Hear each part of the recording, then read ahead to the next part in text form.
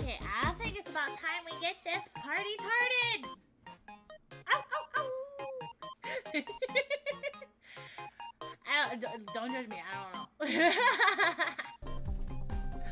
Alrighty, snackies. Hello, hello, hi, hello, hee, and welcome. I know this is just chatting on the screen, but don't mind that because the game didn't come up in the category search. I tried a couple different ways. It didn't come up. I couldn't find it. If you guys find it, let me know and I can update the category, but... But hi, hello, hee, and welcome. We're here for some Otome Monday. Yahoo! We're gonna be playing My Dating Agency, which is by GSE Studios. If you've been around for a little while, you know that we also played a game that they did, or like a demo for a game that they did called Keepers of Australia. And that one was a lot of fun, and it was really cute, and I backed the Kickstarter, so we'll be playing that when it comes out. I have to check my emails. I haven't been keeping up on the Kickstarter news for anything I've backed. Oops. But this is a demo for something they were working on for Otome Jam, which I'm terrible at keeping up with stuff, so I'm glad I got the heads up. Hey, what's up? There they are. There they is. GSD Studios. Hi, welcome in. Thank you for coming by. I'm excited to play the game. But yeah, it's got some nice music. It looks like from what we can see here on the computer screen, they're thumbing through that there's some good characters to go through. Yeah, thank you for coming by. It's always exciting to see you. Hey Skeleman, how's goes? How you doing today? Let's just let's get started and see what this is about. The basic premise that I saw on their demo page, which should be popping up as a timer in chat, otherwise I will link to it like in the description of the video when I port it to YouTube. You run a dating agency and you help people find their love, and you can also be their love. So you'd be like, hey, great news, I found your perfect match. It's me. Hi. Wink.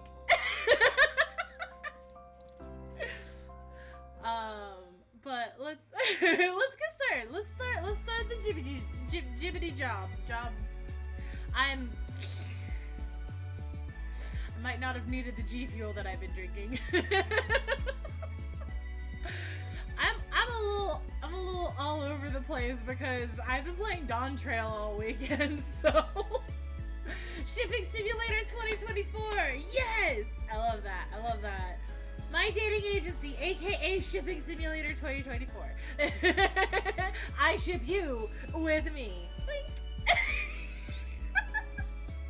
I also love that I can wink now, so I mean. Okay. If there's anything I have faith in, it's marriage. Despite its shortcomings, despite the myriad of ways in which it can go wrong, I believe a good marriage is worth striving for. It's my job to help people find their match, weather the storms, and settle into the rest of their lives. For years, I focused on nothing besides my work. But now, I find myself staring blankly at my desk, wondering how I'm meant to help people in a new, unfamiliar business model that I'm supposedly running solo. I no longer have my team, my tools, my code of conduct is out the window. We're all wearing flip-flops and jeans in the business office now. Oh God, everything's going crazy. It's Casual Friday every day. I don't know. It's just me, myself, my intuition, and my dog Scraps. I think I'm funny. For a brief moment, I swivel my chair in the direction of the standing mirror in the corner of my office. Do I look alright? It's got character creator? Let's fucking go! Oh, hell yeah. Oh my gosh. I like, no, I want the top. Hell yeah. Yes, those exhausted goth eyes that are just so deprived of sleep that I survive on coffee and caffeine 24/7. My heart's gonna give out before I am 40. Oh my gosh. This is so nice. Plus the art is super cute. Pink eyes, I'm sold. Ooh. Okay, I like this one. Nah, you know what? No, I was immediately sold on the Hex Girl lipstick. Stayed up till 4 a.m. finding you a date, eyes. It's me. I'm the date. I stayed up till 4 a.m. to figure this out. Hey, there's the timer. The demo pump. It's probably going to be annoying because I didn't set time, so it's going to go off like every half hour maybe. But there it is. There's the demo. If you end up wanting to play it, check out their itch.io page. There's the link to this game. What color? Can I go full goth mommy? Ooh, yes!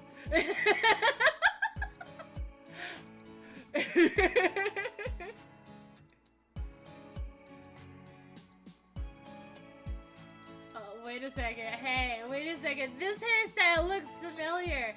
This hairstyle looks familiar. I wonder what that's in reference to. That looks familiar.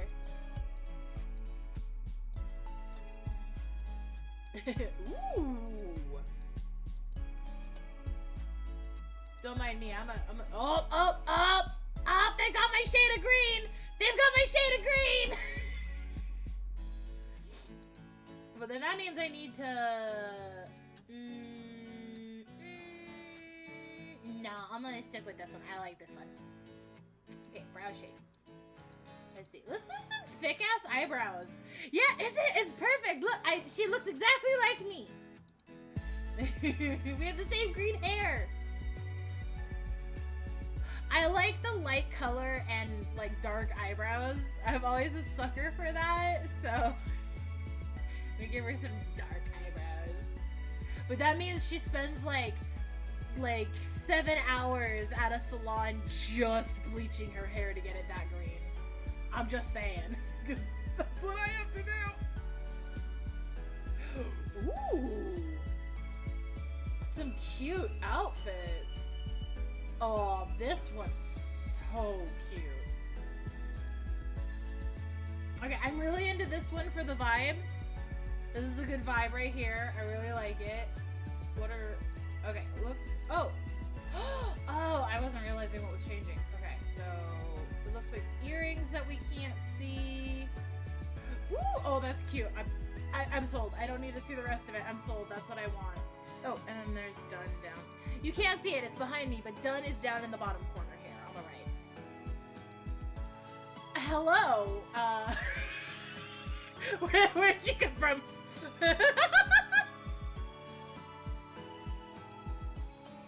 Just moments after I finish looking over my appearance, my office door swings open to reveal a familiar face. One whose charming smile never fails to lift my spirits. That's my drawing glove. I want my compression glove. There it is. The pink top floral skirt is the one I requested from our sprite artist. I mean, it's such a good pick. It's so cute. Hello. I do not know how to read Russian. It is a very cute outfit though. Absolutely love it's so soft. It's so soft. It's a good getup. Whole dress is like that. I'm sorry, I don't know what you're saying. Can someone check and make sure that's not inappropriate? I don't. One second. I have to make sure this isn't something. I'm sorry. I don't know what you're saying in chat. I have to check.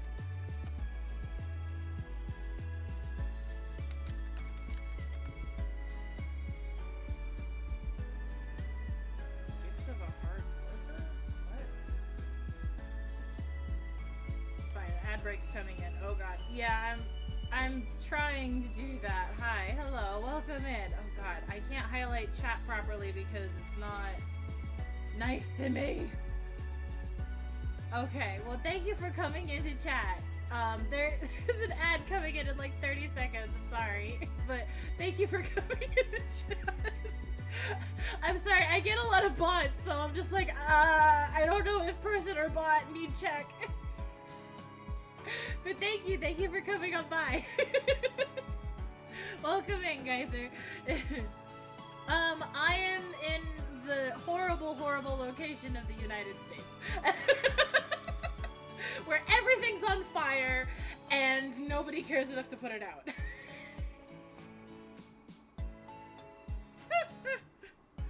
Oh wow, that is gonna go off frequently.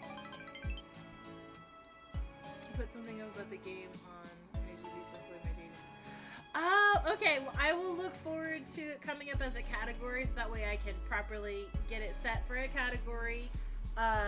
Like when I highlight it to save forever on this channel, as I do.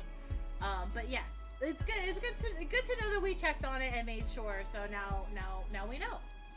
Also, thank you so much for the follow, Geyser. Thank you. Excuse me. Okay. Right. Man, charmingly standing in the doorway. I'm a mess, but if you find that funny, then goal achieved.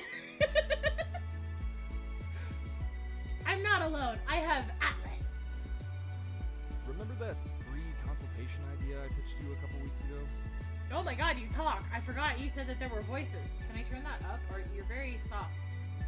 Okay, no, we're gonna turn the music volume down. We want text opacity up because I can't, or text box opacity. I don't know. Is down more opaque? Let me see. I don't understand half of the words. Aw. I'm sorry. I should probably get subtitles. I gotta look into that. I don't know how that works. I gotta check with B. B has subtitles. Max opacity heart to the right. Oh, okay. So, okay, perfect. That works great for me. Thank you. I get a lot of compliments on my laugh. But thank you.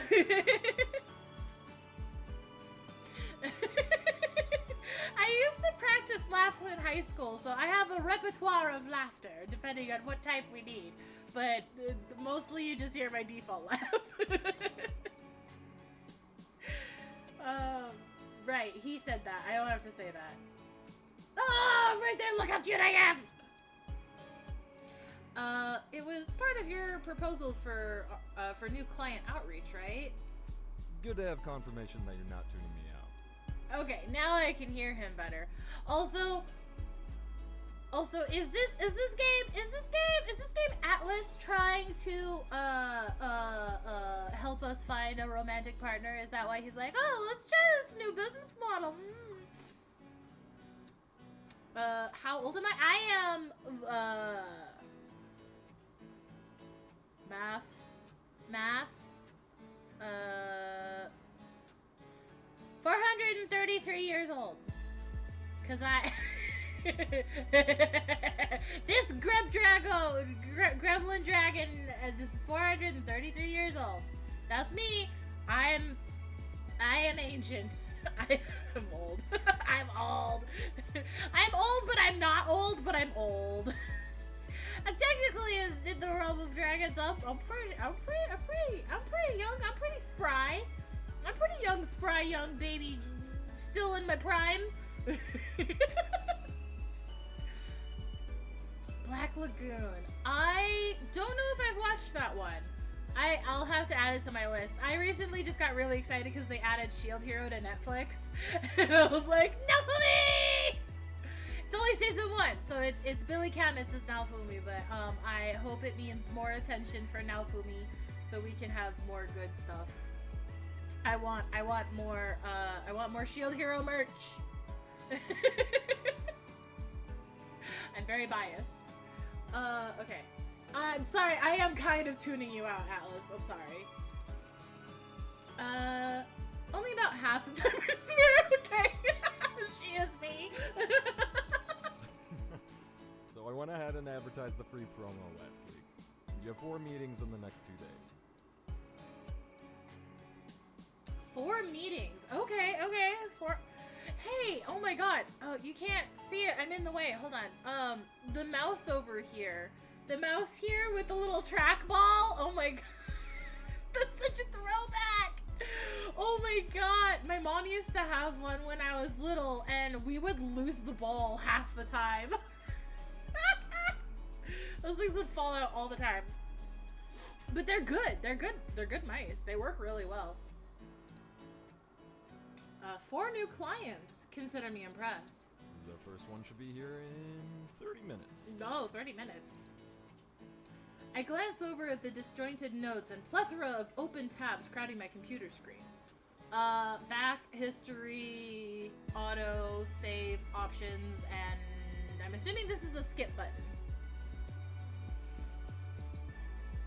Alright then, no time like the present. Let's help some people. Look at you getting into the swing of things with no warning. I'm so surprised about the voices. I'm not used to these games having English voices because I'm so used to just playing the fucking like Radiant Tale and Cafe Enchanté and you know where everything's in Japanese. I blow some stray strands of hair from my face. If I wanted to play it safe, I wouldn't have hired the best business student from my alma mater. Consider my ego inflated. Yes, Geyser. Actually, GSC Studios is actually in chat. They're hanging out for a while. But yeah, they let me know about the demo, so I was able to get it downloaded quickly. I'm very out of the loop sometimes when it comes to the game jams.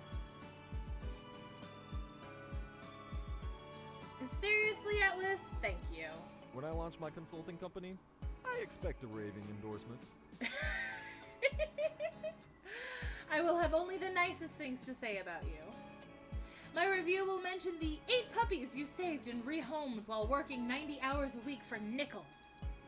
Don't forget about the time the office building caught on fire and I single-handedly saved hundreds of people before the firefighters got their pants on. Yeah, there's gonna be a lot of English. I'm very sorry, dear. Who could forget about that? They wrote songs and dedicated billboards to remembering your heroic efforts or endeavors. Good point. Don't want to be redundant. Stick to praising my remarkable good looks. Hey, at least he knows he's cute. Sure, let me know when you get them. Wait. Alice clutches his chest as if he's been mortally wounded. Ooh, I'm gonna need some ice for that. For that sick bird! Go look in the break room. Roger that, boss. I'll send in your appointment when they get Put some ointment on that burn. I take a deep breath as his footsteps echo down the hall, embracing the nervousness I didn't want Atlas to see. I can do this. I want to do this. More than anything!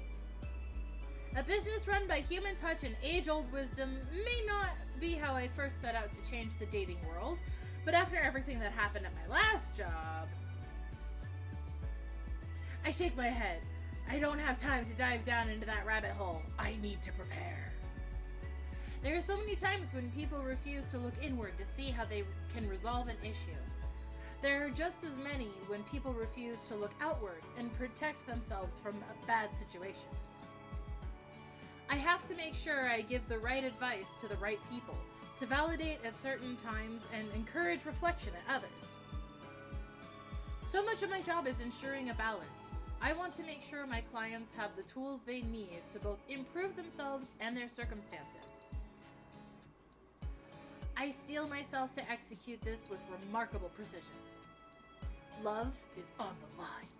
Bum, bum, bum! I glance over to my office door, pulling my attention away from the client brief Atlas emailed me. I want to see the brief! Come in! Oh, look at the princess! I'm wondering which social network is used in England for communication. Well, for English, I mean, there's a lot of different social networks you can use. There's like the artist formerly known as Twitter. There's Blue Sky. There's Tumblr. There's I don't know. I'm not on a lot of social media. There's Instagram. And what is social media? No wonder advertising for my channel sucks. I don't know where the fuck to go. Oh, man. Wow, I need to change that timer. Hold on a second. That timer is very frequent. Let's do every 40 minutes. Add time. Oh, wait. I didn't want to add. Dang it. Delete. Save. Okay. It shouldn't go off as frequently, but it'll still go off. My prospective client gently pushes the door open and takes her seat, making eye contact for just the briefest of moments. You must be Rachel. It's great to meet you. The music is very loud in my ears. I may just turn that down a bit more and hopefully it's not too bad. If you guys can't hear, let me know and I'll just turn down my headphones instead. I stand up from behind my desk, reaching my arm toward her. V! Hi, V! Welcome in! How's it goes? How's your time going? She gingerly touches her hand to mine, making eye contact for just a moment before returning her gaze to the floor. Thank you. It's nice to meet you as well. Oh, she's very soft. She's very quiet. I can't make the voices go any louder. Her polite words are forced, but don't appear to be insincere. Music's still coming through plenty loud. Okay, good. I'm trying to balance it so that way I can hear like the voices of the characters. But I know mixing audio is always hard. I smile warmly at her, wishing to make her feel a bit more comfortable. I can only imagine how it feels to be on the other side of my desk, to confront how difficult finding love can be.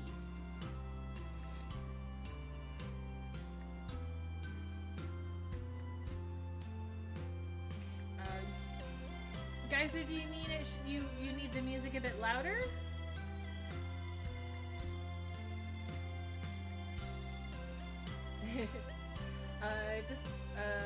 Despite being one of the most important decisions humans will make in their lifetime, some can't escape the underlying belief that finding a spouse should feel effortless. Let's just start by getting to know each other. You can call me T. Hello, T. Rachel, I want you to know that you're in good hands. I've been matchmaking for years now. I've shipped so many characters together. You have no idea. So many ships. Mostly OCs. And I've overseen more than my fair share of happy endings. You name a fandom, I'll tell you a ship.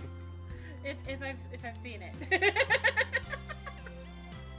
Some of them will be the obvious, some of them will be OC and OC, some of them will be OC and canon characters. Like, I am not... Yeah, professional shippers in the chat! Let's go! Top 3 OTPs! Go!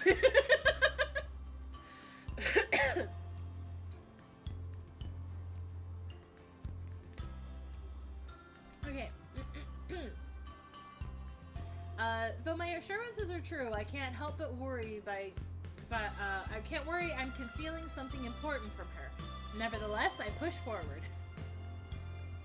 here's how this is going to work. Today, you and I are going to have a long chat. If we both feel good about starting this process, I'll look through a list of quality candidates to find your match. We'll meet again in the coming weeks to share what I find, and then we'll prepare you for your first date. Though, in full disclosure, nothing about love is foolproof.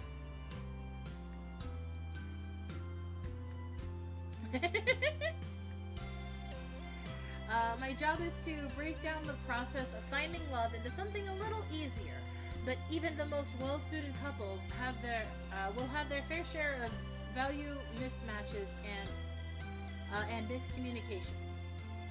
Whatever problems arise, we can discuss strategies for solving. Period. The sentence does not continue on. I know how to read punctuation. I knew my phone was about to freaking go off. Don't worry, I just muted it. You won't hear it again. A couple that's willing to learn how to better communicate and put in the work to resolve issues will go far. Rachel nods, her wide eyes trying to internalize the influx of information. Feels like me. I'm sorry. It just all seems like a lot. When It I does. talk to my coworkers at the library or go out with someone on a dating app, it's like no one is even thinking about marriage. That's Talking true. to you makes everything feel more real. I could actually find the man I want to be with for the rest of my life. Just a man? I'm Just. getting ahead of myself here. Do you think I'm too young to get married? No, you can marry whatever the fuck you want, bro. If you find the person you want to marry, then marry him. So long as they're consenting. Don't shotgun wedding it.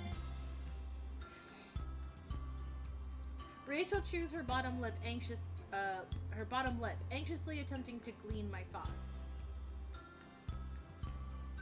Woman's average age to marrying is 28. No, it's if you want to get married, then you fucking get married, bro. It's your life. It's your life. No one's allowed to tell you how you have to live your life. You do what you want. If you say this is what you want, I believe you. It's not for me to question.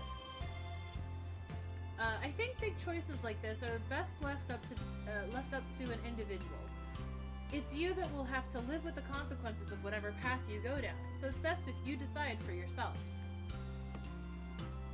Rachel breathes an audible sigh of relief. I don't want to rush into marriage or anything, but I think it sounds so nice to find a partner. Someone to come home to at the end of the day. Someone who's happy to see me. I know she's really quiet, so if we need to, I can turn the music more down so we can hear her, and then turn it back up later.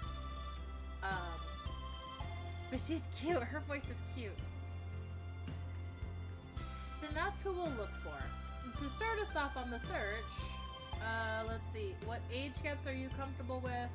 Do you want kids? Where do you see yourself in 5 years?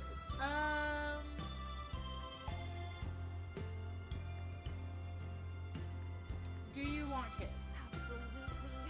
I want 2 or 3 kids. I love the idea of spending Saturdays together at the library, attending story time, and browsing the shelves for a new read. Aw, family of bookworms! That'd be so cute! Oh, should I be taking notes? I'm so paranoid about taking notes about everything I play now. Let me take some notes. I'm getting my handy dandy notebook. Flipping pages. Actually, we'll go from the back. Okay. So we've got Rachel.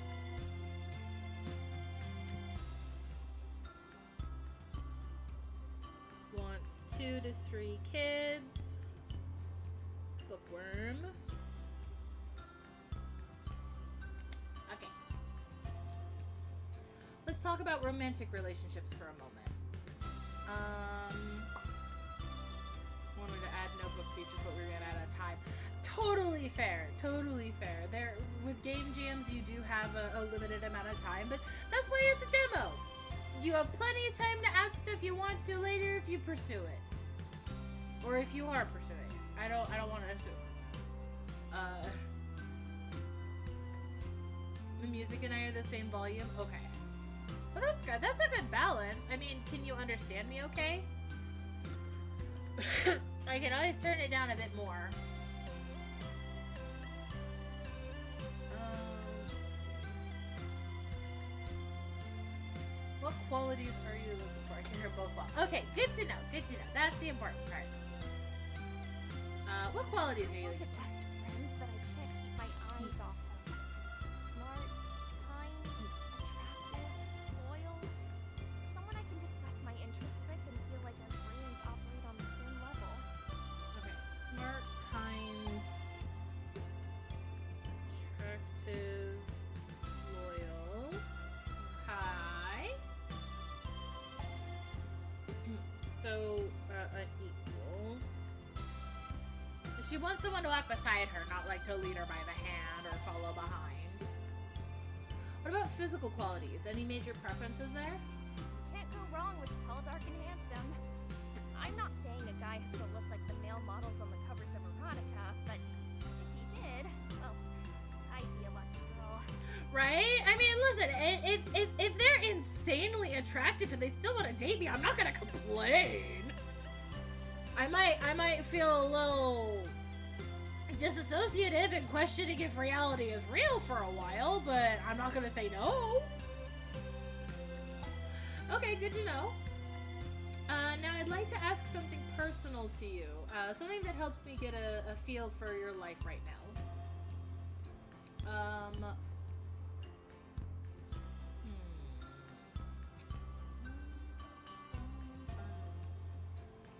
See, what is the most important thing in your life? Or I think these two are the ones I'm kind of...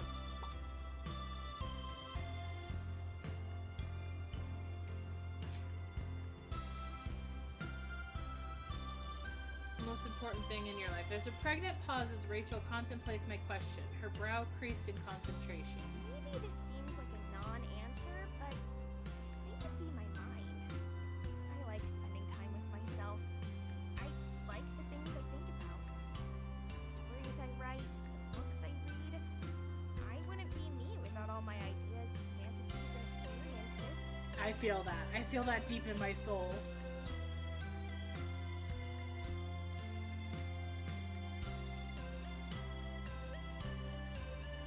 Okay, so she really likes her thoughts and her imagination and stuff.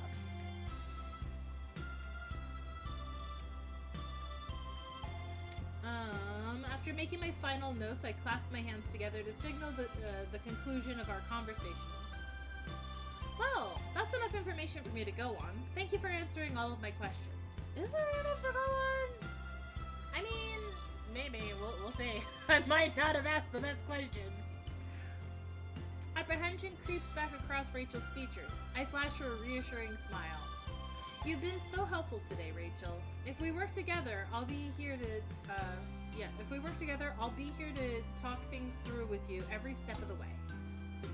And though I haven't even chosen the man yet, know that you can call off a match whenever you want to. That's completely okay with me. We can start again or take a break. This process is guided by you. Nothing happens that you don't want. Nothing matters as much as what you decide for yourself. My only aim is to help you with yours. Thank you for your kindness and patience. I appreciate you holding my hand here today. I'll hold your hand. I still feel a little nervous about this whole matchmaking thing, but I have hope that it would work for me. I hope it works for you too, sweet darling baby. I'm confident it would. Take the time to think everything over and then call my office if you'd like to begin the process. I have a feeling I'll be in touch soon. It's been so nice to meet you. I'd like to meet again soon. Okay. Whenever you want. My door's always open. Unless I'm with a client, then you have to wait in the lobby. As Rachel retires from my office, I overhear Atlas thanking her for coming in. No sooner do I hear the main office door close than I see Atlas at mine. So, when's the wedding? Are you attending as a guest or as a bridesmaid? I knew it! You're trying to set me up! If it worked that fast, we'll be millionaires by next week. Oh, you mean wedding with the other clients. I don't know. Where's the database of candidates to ship her with? I've always wanted a yacht. You and me both. Well, no, not really me. I'm kidding. I don't really want a yacht. So, what did you think of Rachel? Boats mean ocean, and ocean means sharks, and I don't do sharks. Well, yeah, I'll take her as a client. Yeah, I'll take her as a client. She's cute. Yes, I want to help her. I believe I can. Fantastic. I'll let her know. Hell The yeah. next consultation will be here after lunch. Oh, lunch. Speaking of lunch, I'm hungry. My heart thrums as I think of all the dating profiles we've built up in the company database. To attract attention to my fledgling company, anyone was able to fill out a profile with waived application fees. Oh, nice! Though it took Atlas and I weeks to vet through all the candidates, we now have a diverse, safe pool of applicants to choose from.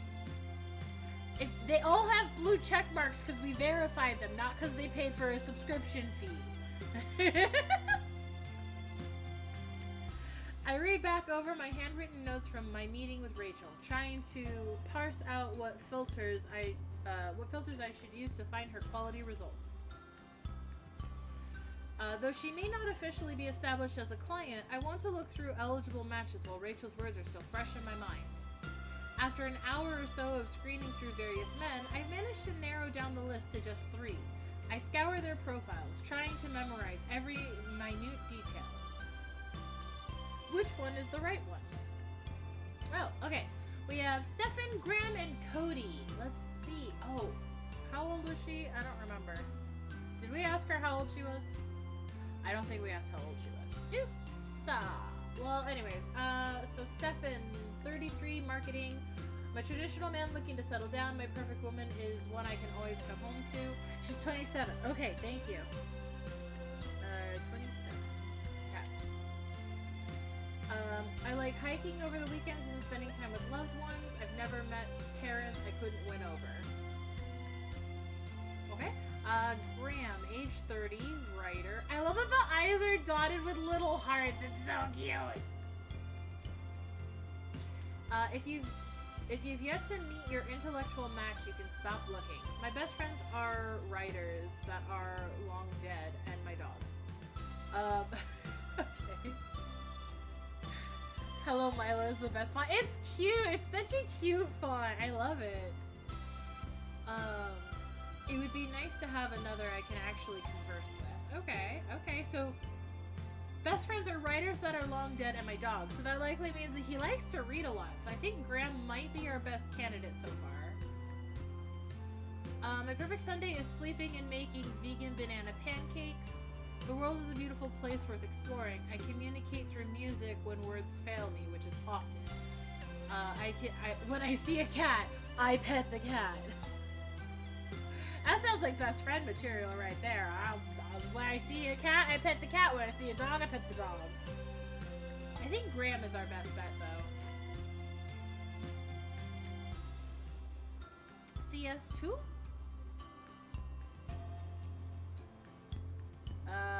I don't know the acronym. I'm drawing a blank. I might know it, I might not. I don't know. Hello! Oh, Counter-Strike?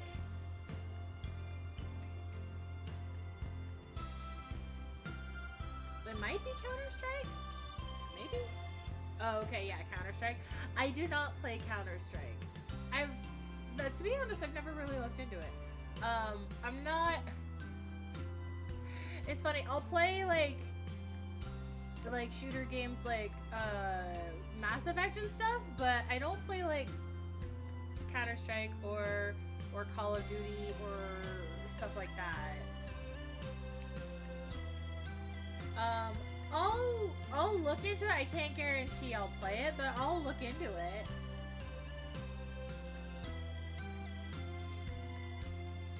Satisfied with my selection, I close out the screen and write down a to-do list to prepare for my next meeting with Rachel. Reach out to her match, prepare a list of candidates, or a list of dates. Why are you mad at Spotify? What did it do? Is it giving you too many commercials? I get mad at Spotify because I pay. I do the taboo thing, I guess, of paying for spoofity, and for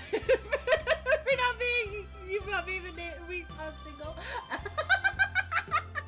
I always forget you come crashing in with those kinds of lines, and I take you seriously, and then it's just a silly gaff.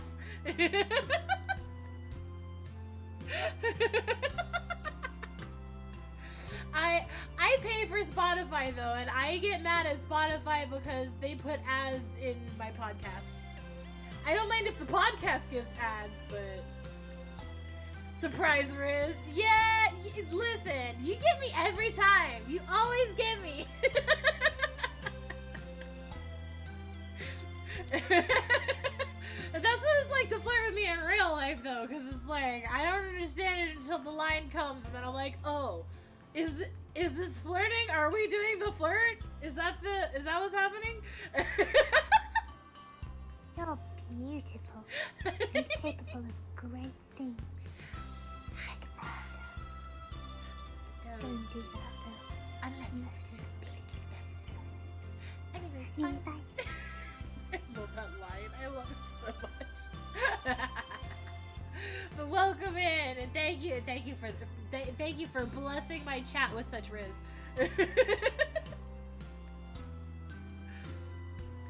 Oh my god. Okay, so we picked. Oh fuck, what was his name? I forgot. Graham. I picked Graham. I just want to notate. Okay. After making it through my first consultation, I feel way more prepared for the second. Adrenaline courses through my veins, boosting my sense of confidence. I can do this! Part of my job is to be a cheerleader for my clients. If I can help them see their strengths, they can showcase them properly in their personal lives. I need to appear calm, collected, confident, cute, so that they see me as a person of authority and respect my opinion, and maybe go on a date with me if I tell them that they look cute. We will have to see. We will have to see about the Counter-Strike thing. A quick double rap on my office door throws me off my train of thought. Come in. I straighten up in my chair, throwing my shoulders back to project competence and poise. Yes. Your next client is... What? Oh, Alice is abruptly cut off when a tall red-headed man shoves past him through the open door. Okay. You the love doctor? I mean, if you want to call me the doctor, I can be the doctor. Hello, yes.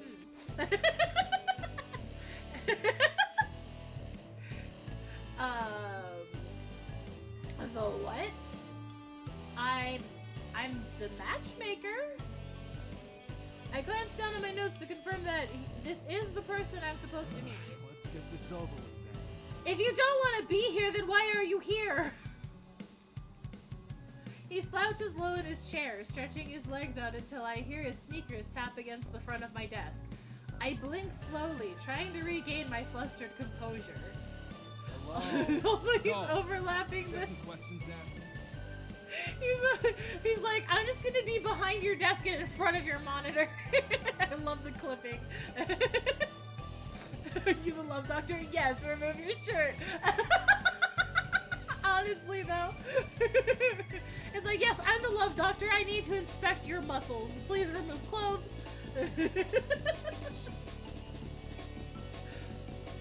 Hello, let's go. Do you have some questions to ask me? Sorry, I'm a bit distracted. Okay. I looked at Atlas, who's now rubbing his forehead where he was shoved into the door. He forces a smile as he grasps the handle of my office I'll door. leave you to it. Good luck! Oh, man. Okay, turning my gaze back to the redhead, Zaid, according to my notes. I find him glaring in my direction. Bro, you need to tone that down, or I'm gonna think you're making a pass at me. And yes, I am being serious. I like to kiss the villains! For a minute, I envy Atlas's quick escape. After a moment passes, I exhale slowly and open my notebook to a fresh page. Hey, I actually did do that, though! Nice to meet you. You're Zaid, correct? Duh. Serious Don't you know who kill I am? vibes from Fruits Basket? Yes, I approve. I approve. Touch of tsundere, a little bit of aggression, and is not honest with his feelings.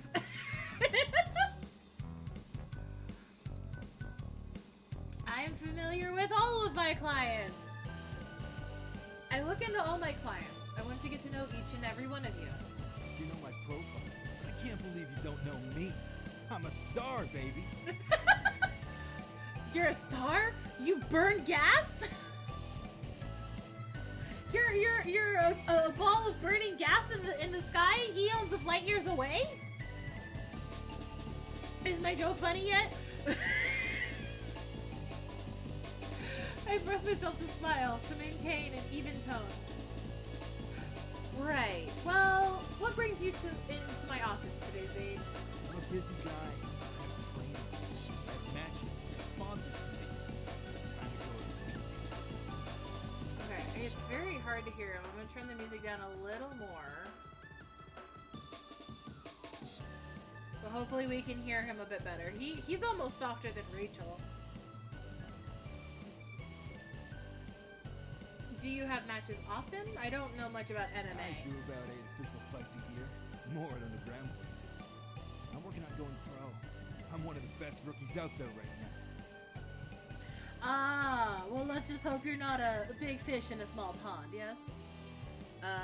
MMA fighter. Parentheses, rookie. Okay.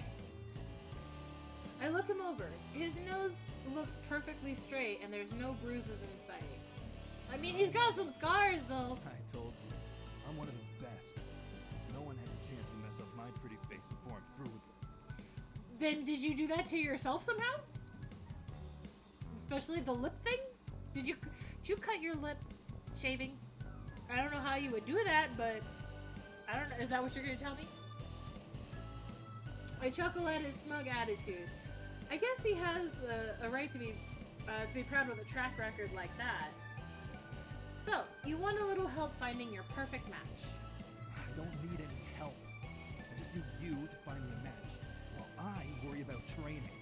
I don't have time for this dating shit. Bro, that means you need help. If you need someone else to do something for you while you do other things, that means you need help. Be honest with your feelings, little baby! If you aren't interested in dating, why are you here? I said I don't have time for dating. Not that I'm not interested. I just don't want to wade through all the nobodies beforehand. This is like a shortcut. Okay, fair point. For the shortcut to work, I'll need to ask you a few questions. Let's see.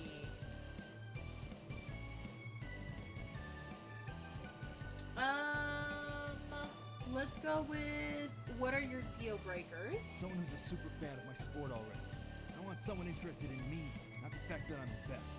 Okay. That part is just a bonus. Deal breaker.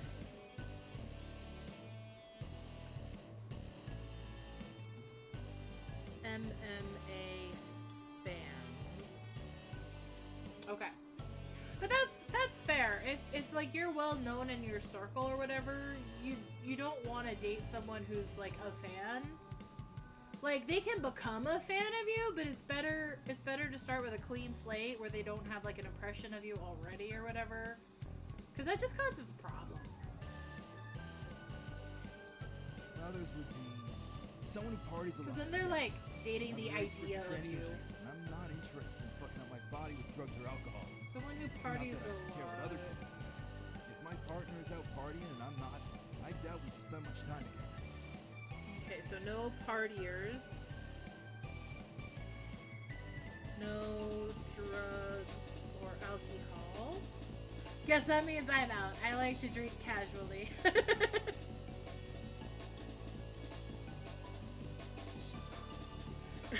But I don't like to go party. I'm a homebody. Okay, I'll make note of that.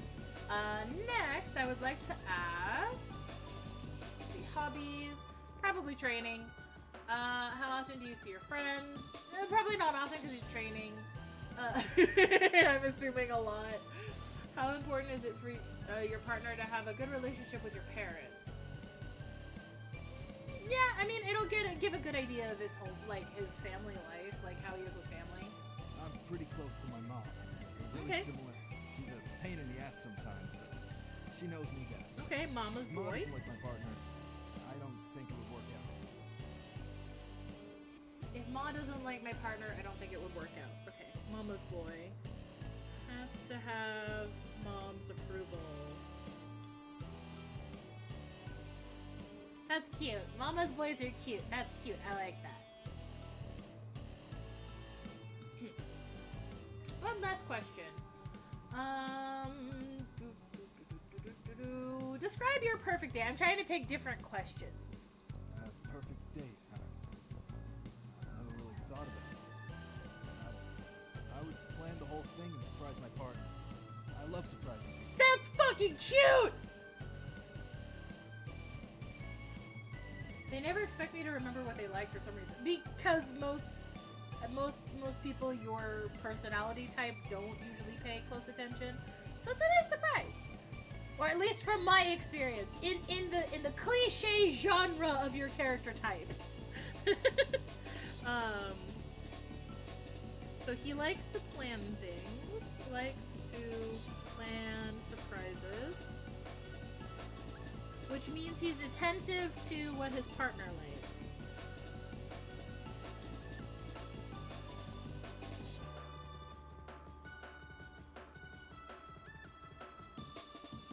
Okay. I would cook them a meal they love and take them someplace they've always wanted to go. And maybe we would go home together. Okay, he can cook.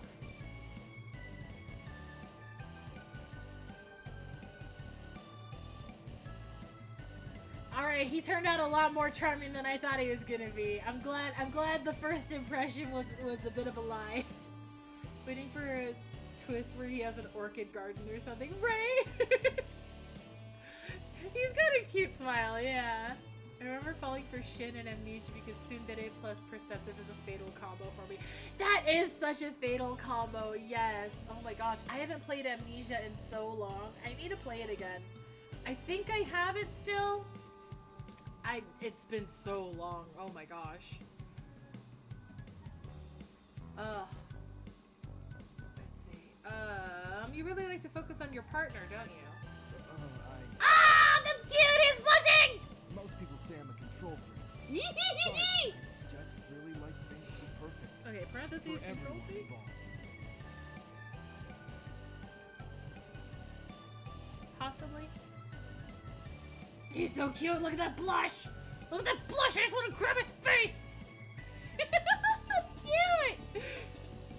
Except your opponents, of course. You got that right, Doc. Alright. Okay, I set my pen down and close my notebook before looking up at Zaid. I smile warmly at him. He may not have given me the best first impression. True. But throughout our conversation, he's definitely opened up more. He is probably just a little nervous, so the rough start was probably just a bit of a defense.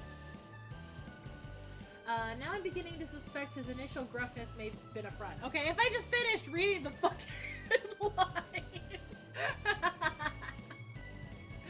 Well, Zaid, that's all the time I have this morning. Thank you so much for giving our service a try.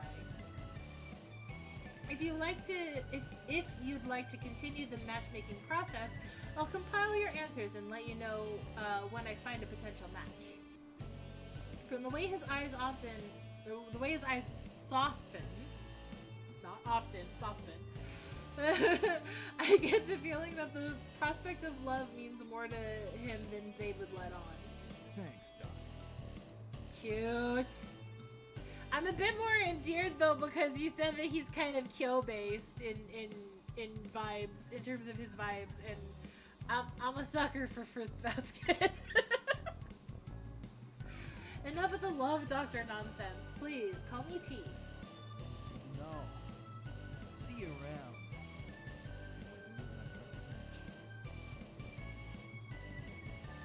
one swift motion, Zaid is up from his chair and out the door. Barely a minute goes by before Atlas appears in the door. Zaid left ajar. He holds a hand up in surrender. I had no idea he was going to be that aggressive. How did the meeting go? It was fine. We ended up having a nice conversation. I've met plenty of people with worse manners. Is that so? Story for another time. Are you interested in taking him on as a client? Yes, prepare your forehead. You might get shoved into the doorframe again. Yes, I think we might be able to find someone who is the right fit for him. Glad to hear it. I'll let him know. I'm gonna take everyone on as a client. I open up my database of potential matches and keep my notes about Zaid close for reference. As Atlas informed Zaid that I will take him on as a client, I want to go ahead and parse through some of my data so I can begin to find him some potential matches. I look at each profile carefully, trying to ensure I make the best match for him. Which one is the best fit? Okay. Olivia, 24, nurse. Nursing, dancing, pasta. In that order. Changing the world one little smile at a time. Looking for a guy who loves to have fun and is willing to see where things go. Okay. Ethan, 29, professor. Young professor on staff at the University of Allentown. If you have a question, I have an answer. Nights in watching documentaries. Okay, that's cute. Some documentaries are really interesting. Moss. Aw, that's cute. Moss! I love that. Age 25, florist. Tell me your favorite movie and I'll make you a bouquet based off of it. Oh, that's adorable! And what kind of bouquet would you make if I told you my favorite movie is Scream? I'm the one who's always along for the ride. You for real? Oh, the music lover! Hi, welcome in! Thank you for the biddies! How you doing today, cutie pie? What you doing? Looking for a partner who can fill my heart and my tummy. Please, I'm such a bad cook! I like them. I like Moss. I'm gonna pick Moss. I like them. I think they'd make a cute couple. Just got back from the vet. Oh, is everything okay? I hope it was just a checkup, but was everything okay? I smile to myself as I make my final selection and begin to prepare a to-do list. There's a few tasks that must be completed before I meet with Zaid again. I can't wait to... Oh, I should write down Moss is my first choice. Okay. I can't wait to share his perfect match with him. I have an inkling of how meaningful it'll be. As I sit at my desk, I straighten my posture and prepare for the next client to walk through the door. She had a UTI, so it was a after medicine checkup. Oh, okay. Well, I hope she's doing good. I hope it was a good positive visit to the vet. Today is just like any other day at my matchmaking agency, yet there's a flutter of anticipation in my chest. Each new encounter brings with it the potential to make a meaningful connection, to weave the thread of fate into something beautiful. The door creaks open and I glance up to see a man stepping into the room. Hello? Karma. He's got a karma brow. It's not quite gone yet, so we got some more meds, but she'll be okay. Okay, well that's good. I'm glad to hear that there's progress, because good progress is good news. His presence commands attention. His broad shoulders and imposing stature draw my gaze. Tattoos adorn his arms and neck, but it's the scowl etched upon his face that speaks volumes, hinting at a past marred by hardship and regret. Welcome to our matchmaking agency. My name is T. Please make yourself comfortable. I'm Dean. Nice to meet you. Dean. Fresh page of notes. Let's go! His gaze is intense, scrutinizing, as if trying to gauge the sincerity behind my words. I meet his eyes. My demeanor is calm. I refuse to be intimidated by the weight of his presence. So, how does everything work around here in your agency? Well, Dean, I believe in a personalized approach to matchmaking. During your first free consultation, I'll ask you a series of questions to get to know you better. Your interests, values, and what you're looking for in a partner. I compare your data with our database, people who've signed up to have their profile included in this process, and see if I can find a suitable match. If I do see a promising profile, provided you're still interested, then I'll set the two of you up. Sounds promising. What happens next? I'll help you prepare for a date. I can offer you advice on everything from conversation topics to wardrobe choices. Yeah, isn't she? She's so cute. You should see the rest of her outfit. They have a character creator in this game and it's really cute. After your date, I'll be here if you want to discuss it. I'll act as a sounding board and as a guide. You can continue to see me for relationship advice as long as you want. Excuse me. I can feel it coming. I was trying to stop myself, but I needed to finish my line.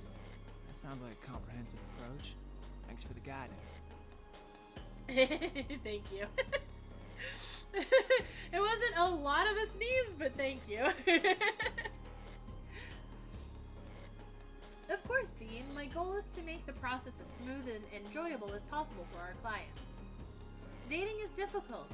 I'd hope to make things easier on you. I'm here to support you every step of the way.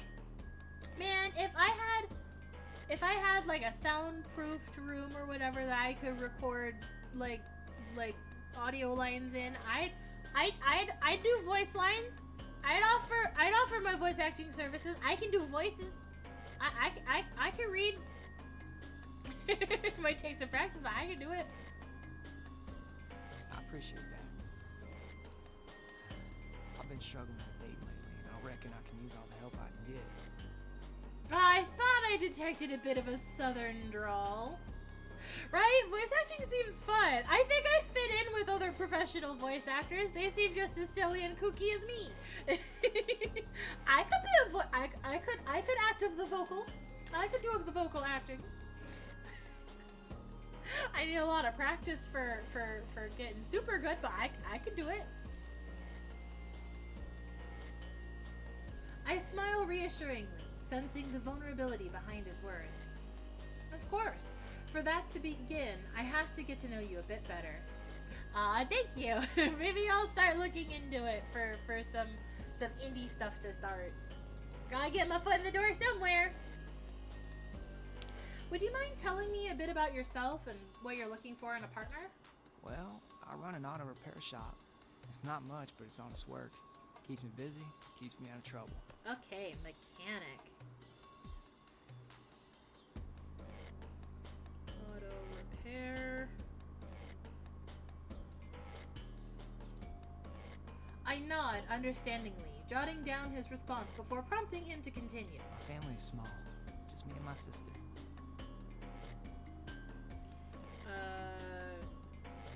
Only family is sister. She's getting married soon, you know? When did she even find time to grow up? Love his VA. He's got a cute voice. I like the very soft accent to it. It's not like over dramatic, but he's got a nice tone to his voice. I love it. All of the voices have been really cute so far. Oh, she's getting married. Write that down. Getting married. Okay. Bitterness creeps into his words, once tinged with pride. Now she's moved far away and starting a family. Aww, so you're all by yourself. I'm sorry, bro. It's definitely hard to have a sudden change like that. If you're used to having like a sibling around and then they're suddenly just gone.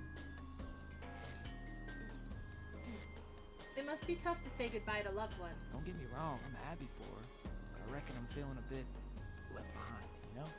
She's my whole world. Aww. That's so cute. He loved him sis so much. I can understand that. Family is important. As natural as it is to want the best for those we care about, it's also natural to worry when we have yet to achieve the same milestones. All this wedding stuff got me thinking about my own personal life. Fair. I'm 33, I have a house, a pretty successful business. I'm ready to be a loving husband and father. It's just that things haven't worked out with the women I've met. Okay, house, business. Okay, so he wants kids.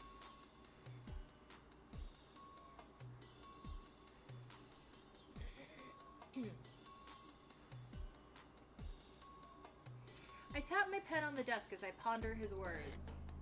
Could you tell me more about Well, that? what can I say? I meet girls, I get to know them. The problem is when we really hit it off and want things to get more serious. Everything ends when it's time to tell me about my past. I did time in prison. Okay, gotcha. Did time in prison. I mean, whether or not someone did time in prison doesn't make a huge difference. The part that should matter is what he did time for. Like, did he murder someone? Then that would be a concern. Did he not murder someone? Depends on what the crime was now. I nod slowly, straining to keep my body language and facial expression neutral. This is a delicate situation, and my first instincts as a woman aren't always conducive to my job. I see. That would make things difficult. Can I ask for more details? Are we talking about like a felony or a misdemeanor here? Violent crime, white collar? Dean shifts in his seat, taking a deep breath and bracing himself. His eyes dart around the room, avoiding direct eye contact. Well, it's not a story I'm proud of. Tax A few years back, I got in a situation where I had to protect someone. Tax got out of evasion, hand. oh my god. It'd be kind of funny if it was tax evasion. He pauses, fidgeting with his hands. It was violent. I regret it, but I'm not ashamed. At that moment, I did what I believed was right. Okay, so are we talking assault or what, manslaughter, second degree murder? You know, where it's unplanned, it's accidental. Well, I guess technically it would be self-defense. Violent tax evasion. Yeah, it was at the local H&R Block. I noticed his unease, his hesitation to delve deeper, so I offer him a gentle, understanding smile. I can only imagine how difficult that situation was, Dean. I appreciate you sharing with me. This is something that's very helpful to know up front. Okay, so let me write down, assault, possible second degree, or manslaughter. It all depends on, yeah, punches IRS. You won't take my money? Yeah.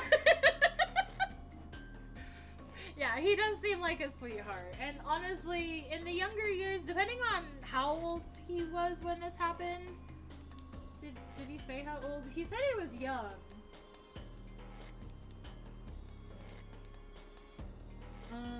A few years back. Okay, he's 33. Okay. Well, I mean, listen. Depending on the situation, emotions run high, things get out of hand. Like, I get it. My biggest red flag is if it was first degree murder where he like planned it out, because that means he's intentionally violent. This could have been like just wrong place, wrong time, shit got out of hand. That's what it sounds like. So, and honestly, if that's his only charge on his record, if there's no like record of like domestic abuse or just the cops being called on him frequently by like, you know, nosy neighbors saying there's a lot of yelling or some shit, like, look, there's no means to say that it's a repeat offense. I'm getting a little too deep into this. All right. Dean nods, a look of relief crossing his face. Drunken fights, dude gets cheated on, punches the other dude. Yeah, right? Like, Peck! Love deep talk about VNs. Yeah, listen.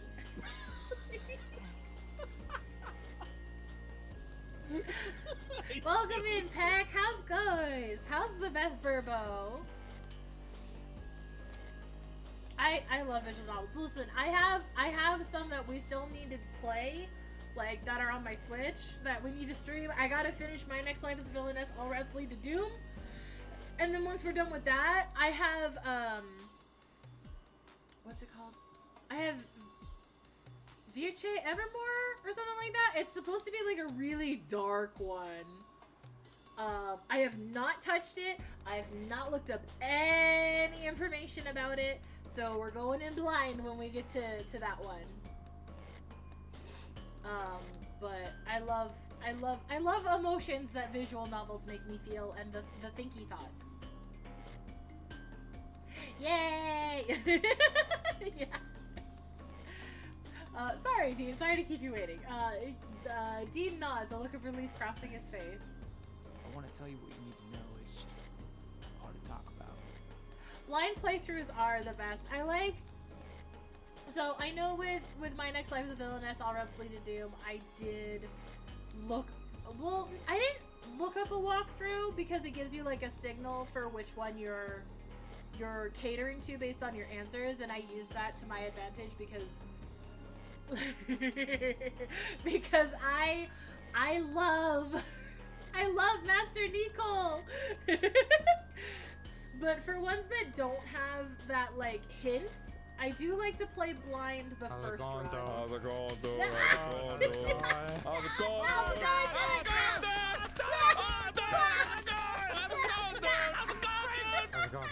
it going? I hope it's going well, dude. Oh God! Ah! Okay, you're doing what I always do to Astral and Lulu, where I throw things at them and then give them a head pat afterwards. Alright, well thank you for the hydrate. I got my water right here. Thank you, Tay. I'll take a sippy.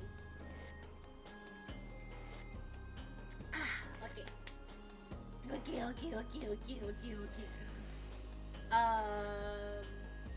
Okay, hard to talk about. I know you said this is behind you, but I feel like I need to ask. Would you say violence is a part of your life now, or when would you use it to solve if or when would you use it to solve problems? He pauses, looking conflicted. I believe there are times in life when you wind up in the wrong place at the wrong time, no matter how careful you are. Sometimes force is needed to protect others. Okay. Realistic.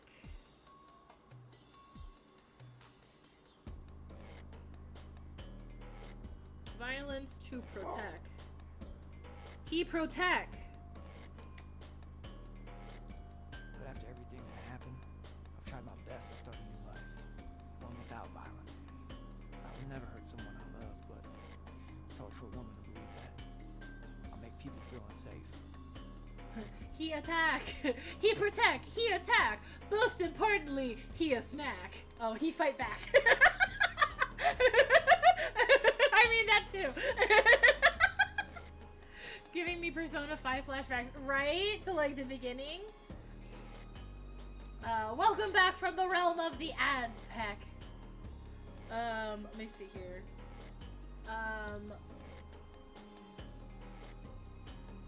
Trying not to violence.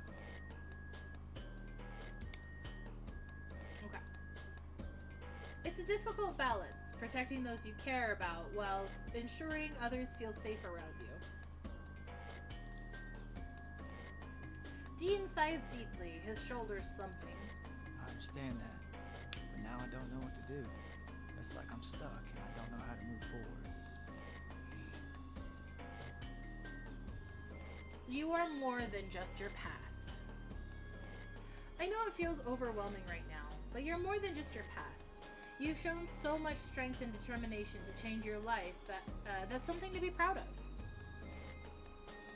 Dean looks up, seeming a bit more hopeful. You really think so? Yeah, absolutely. I'd like to believe anyone could turn their life around, provided they're willing to put in the work to do it. And you're here, aren't you? Yes, ma'am. If you Aw. can help me find a path, I'll gladly follow. Look at that smile. What a cutie. Would you mind if I ask you a few more questions? I'd like to get to know you a bit better. Yes.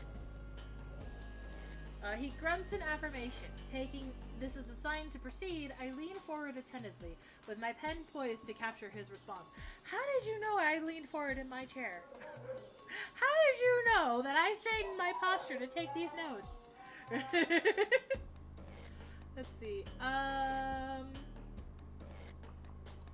Okay, we kind of know what his relationship with his family is like, because his sister. He talked about her a bit. Let's go with, what are you looking for in a partner? I've taken a lot more notes from him than I have from the other characters.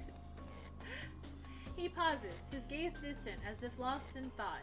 When he speaks, there's a vulnerability in his voice that touches my heart. I reckon I'm looking for a woman who sees beyond the tattoos and the scars. One who accepts me for who I am, flaws and all. One who's kind, understanding, and willing to take a chance on me. Okay, ideal partner. Not superficial.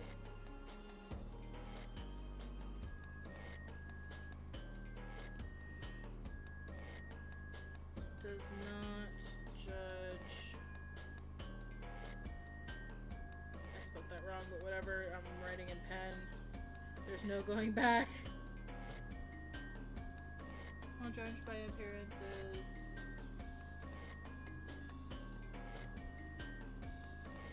Accepting. Okay. Let's go do some work things. I'll hopefully be back in a bit. Okay, music lover, be safe out there. After scribbling down his answer, I move on to the next question. But where do you see yourself in 5 years? Probably not a great question. I hate that question personally because looking at the future gives me anxiety. He hesitates again, his gaze distant as if peering into the future. When he speaks, there's a hint of uncertainty in his voice. Bro, same. In 5 years, I hope to have built my life's foundation. Maybe I'll have expanded my shop more by then. But I'd definitely like to have settled down with someone special. Start a family if I'm lucky. Okay, looking for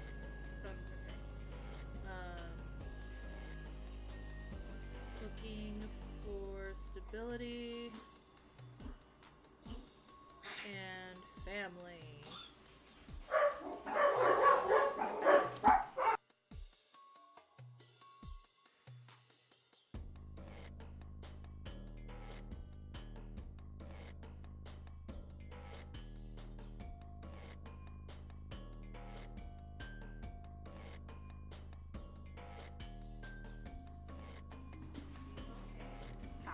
Sorry about that. We're back. Okay. Okay. Yeah. He's got some goals. He's got some goals in mind, and that is good. I nod understandingly, sensing the depth of his desire for connection and belonging. With each question, his guard lowers. What are some of your hobbies? He chuckles softly, a hint of amusement dancing in his eyes.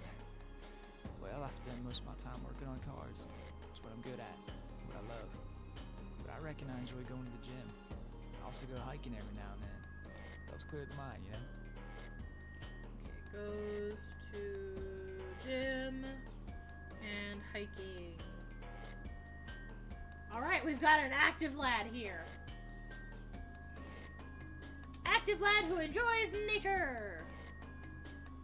Yeah, mechanical skills, definitely. He got the mechanical skills to work on the automobiles. Thank you for sharing. This has really helped me get a sense of who you are and what you're looking for. I know it's not always easy opening up to someone you just met, but I appreciate your honesty and your time. And I am trying to adjust in my chair, because I don't sit like a normal human being. Because I'm not! After you leave today, I'll study the profiles of potential matches for you. If I find a promising match, I'll have Atlas reach out to you to schedule a follow-up meeting. And if you decide not to hire my services, you can call the office to let us know at any time. Thank you, ma'am. I'll wait for your response. Alrighty. As I watch Dean leave, I wonder if I'll be able to find a suitable match for him. We're gonna fucking try! We want this boy to be happy. His past complicates things. Not all women will accept a man with a criminal record. Take on the case! We're gonna find this boy some happiness! I have hope for Dean. He seems like a responsible guy who put in the effort required to correct his mistakes. If we're thoughtful about how to convey his past with his future dates, I think there's space for him to be honest while coming across well. I fire up a quick email to Atlas to let him know of my decision regarding Dean, and then get to work looking for matches. Before long, I found some suitable candidates. Which one is the right one? Alright, let's see. Olivia, 31, nurse. Find me with my nose in a book or at a hospital, often at the same time. Don't have much relationship experience, please be kind and understanding. Bring your appetite when we meet, cooking is my passion. That's cute. Lila, 27, bartender. I know all the walks into a bar jokes. Nice. You won't impress me with your older brother's broken motorcycle. I have 3 of my own. Okay, looking good. If you love night rides, rock concerts, and adventure, then we'll get along. Okay, I like the fact that she has a bike. Might be a bit rowdy. We'll put a pin in that. I should have asked him what his ideal date is, but oh well. Stella, age 34, real estate agent. I'm a successful real estate agent and a nature lover. Oh, that's nice. Passionate about maintaining a healthy lifestyle. Okay, so she might go with him to the gym. Seeking a stable family life with children. Okay. If you prefer sports and outdoor activities over noisy parties, we're on the same page. He did say he likes hikes because he likes to clear his head, so that'll do him better than parties. I think Stella is our better option here. I think the ships are gonna work. I think the ships are gonna set sail and they're gonna cross the ocean. Satisfied with my decision, I close out my database and prepare my notes for my next meeting with Dean. Alright, next. A growl ripples through my empty stomach. After digging through the back of a desk drawer, I'm able to shove a snack bar into my mouth and finish it in just a few bites. I will have to do until after my meeting. I like this music. No one said it would be easy striking out on my own like this, but I can't starve myself. I close out a few of the tabs, slogging down my computer just as someone knocks.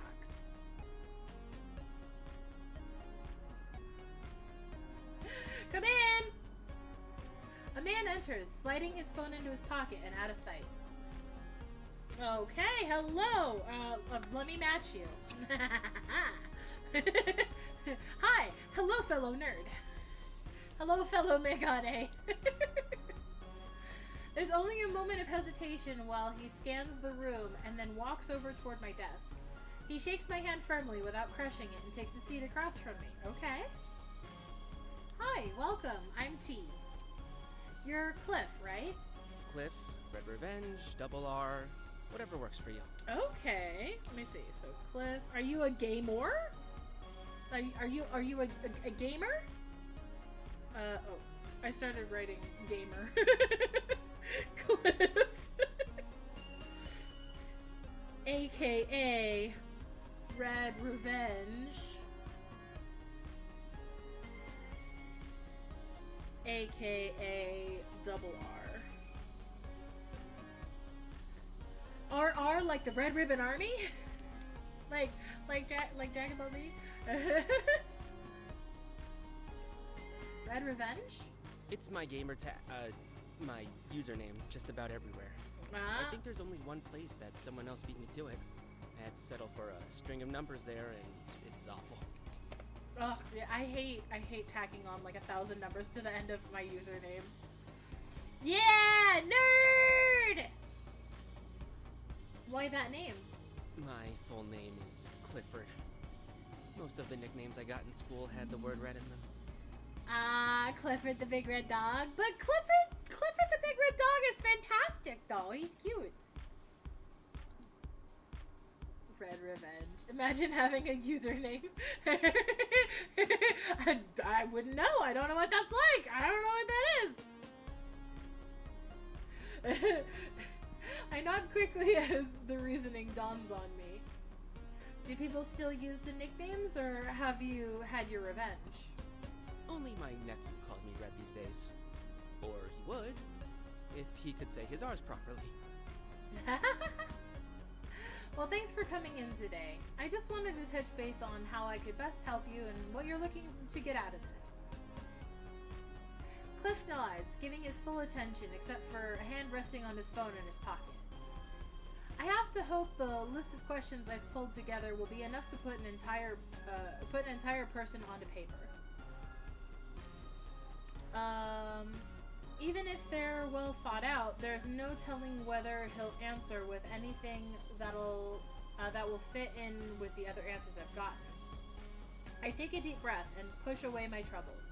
There's no room for two lost people in this office. If you're ready, I have a few questions. Hit me. Slap! I didn't mean literally! Slap the glasses right out of his face. You said hit me! I did! I complied! Cliff squares his shoulders and leans towards me very slightly. We can start off with something easy.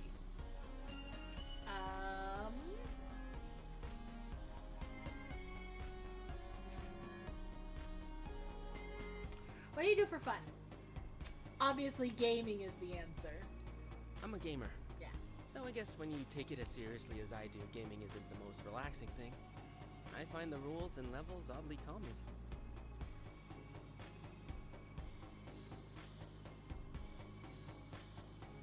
I tap my pen on my forehead as the mention of a username suddenly makes sense. I mean, I knew that. I just thought maybe he was like a Twitch streamer and he had other hobbies. This is great stuff, Cliff. I have only established that you're a gamer. Is everything alright? People don't usually start looking anxious until I start asking them about their lifelong goals. That's the fun in people, though, their unpredictability. Does this kind of stuff actually work? I always thought this matchmaking business was just something you heard about in movies, or those mobile games with the lineage quest lines.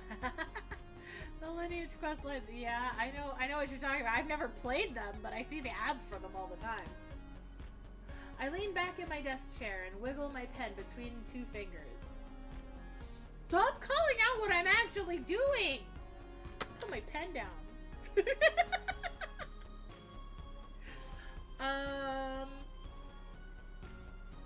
Everyone can do with a bit of help every now and then. But with all the dating apps available, don't you feel a little redundant? Not at all. It takes a lot of effort not to roll my eyes. You're here, aren't you? Why come in if you can just scroll through a list? Cliff laughs, nodding his head. When you're right, you're right. I bow down to your great knowledge. How many dating apps get you an agent? Right. I laugh and skim the pages of notes with my questions for Cliff, looking for the next question. Before I ask him anything else, I take a moment to meet his gaze head on.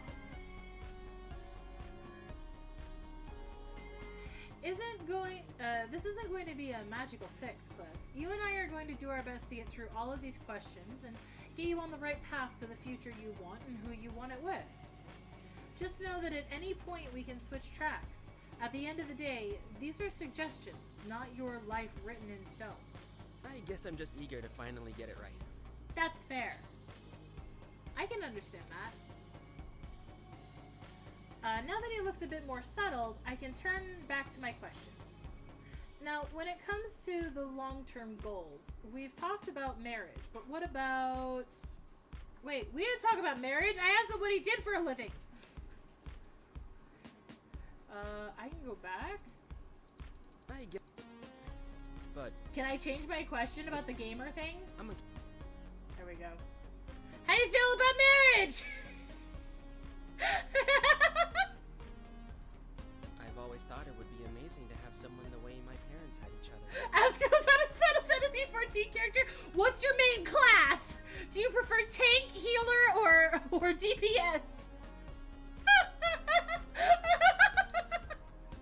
Welcome back, welcome back. What's your favorite Final Fantasy 14 expansion? Mine's Shadowbringers.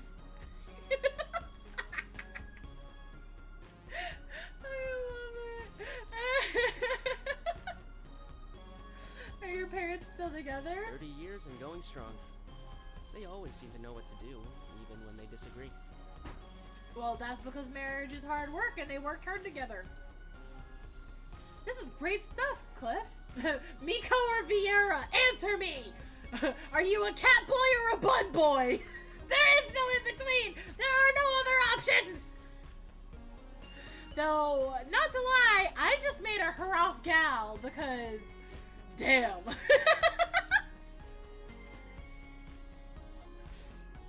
Also because she had a really cute hairstyle with the really short blunt bangs, and I was like, ooh, I'm into that. Skip button will provide you, provide you have a +1 on of the skips options checked. Bunny people for the win, yeah! Seen the mommy Haraf, gotta re-up my sub. Yeah, I made her Haraf gal, and I made her a paladin, so she's a Haraf guard. But yes, Vieira gang!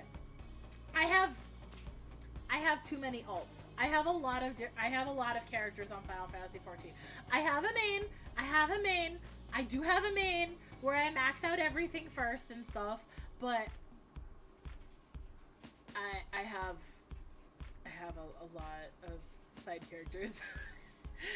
I have at least one of every fucking version of races and genders available. Roll back. Full screen. Okay, yeah, skip. Unseen after choices, transitions. Okay, cool. I try and take it slow. I did back up a bit to change my question because I asked the most obvious question. People don't usually start looking... Yeah, here we go. People don't usually start looking anxious. Everyone can do with some help. I'll keep that one. Okay. Let's see. If you had to change your profession for your partner, would you? Have you been in many long-term relationships before? You mean besides my complicated history with energy drinks and coffee? It's like you're talking about me. Let's just stick to romantic relationships with people. I've had 2 I'd consider serious. Both were long distance. One was about 5 months, and the other 7. Okay. So 5 and 7 month relations with long distance.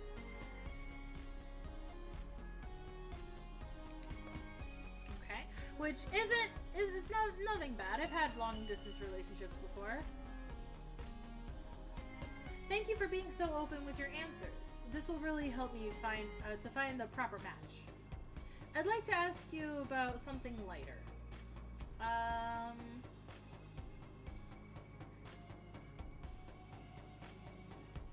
What was the best date you ever went on? It's probably gonna be like, we played World of Warcraft together. It was actually an accidental date. We got seated together at a table in a restaurant. Never because of a mind. mix-up, and we ordered all of our guilty pleasure foods. Okay. interesting.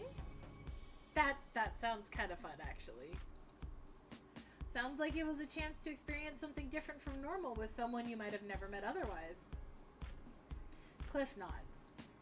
The closest comparison I can make is starting a new save file and trying out a new character build that you know you'll abandon to go back to your main save. Bro, he speaks to me! I note down the last answer, making side notes in the margins of the paper. The page is nearly full with everything I took down. I've written down the least amount of notes about this guy. What are you talking about? I wrote 3 lines of notes. You definitely have given me plenty to work here with, Cliff. He looks eager. His hand falling away from where his phone rests in his pocket. That was way less terrifying than I thought it would be. You must be a high-level matchmaker. I'm almost max level, actually. I cover my mouth to stifle a snort. I can't say I've had anyone describe it that way, but I like it. Suddenly, Cliff looks a little lost as he presses his hands together. What happens now that I've finished the tutorial stage? Now you go home and think all of this over. When you're ready, you'll contact me again and we'll move on to finding that right fit. Alright then. I guess I'll see you soon. Alrighty. He shakes my hand, already pulling his phone from his pocket as he steps out of my office. I can see him playing a gacha game, trying to pull for that 5-star character that was just released.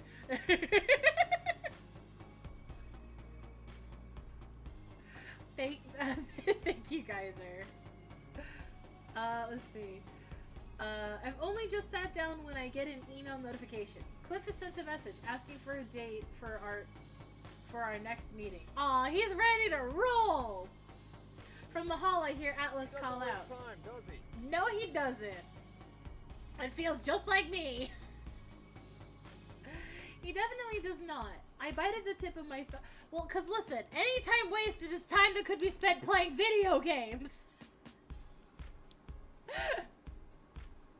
He definitely does not. I bite the tip of my thumb as I consider the possible path forward. Of course we're gonna help. I'm taking everyone on as a client.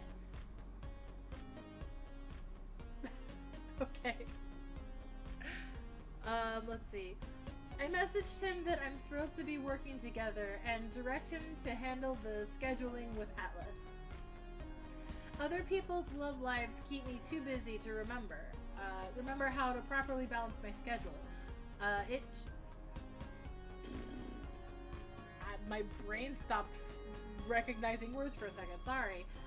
It will be up to Atlas to make sure I make time to eat and sleep. Meanwhile, while Atlas is handling the micromanaging, I can find that perfect fit Cliff needs. Don't rearrange sentences. They were written that way for a reason. At least I hope I can. There are plenty of people to choose from, but finding someone who ticks every box is nearly impossible when it comes to people. That's why there's things called compromise. Maybe Cliff has the right idea with only dealing with codes and pre-written storylines. Live your life in that Otome space! Unfortunately, the magic touch missing from those pre-written romances is my 2 cents on the pairing, and there is no substitute for that. It takes some digging, but eventually I have 3 matches that I think will fit well. Alright. Ileana, age 24, docent, curious old soul in search of supportive man who can get me out of my own head from time to time. My dating history might not be as memorable as Henry VIII, but I think we can make ours plenty exciting. Megan, age 26, personal trainer. I don't do walks on the beach, I run laps in the sand. Dog lover, fitness enthusiast, best aunt ever in training, horrible cook. Annette, age 26, streamer. What's up, gamers? If you're looking for someone who wants to live the most out of their life, then you've come to the right girl. I'm down to earth and really just want to find my person. Let's put the gamers together. They can co-op stuff on stream. It'll be cute. Because I personally love watching couples play games. Like, watching Astral and Luna play games when they were streaming? Hell yeah. Watching Jacksepticeye and Gab Smolders play games together?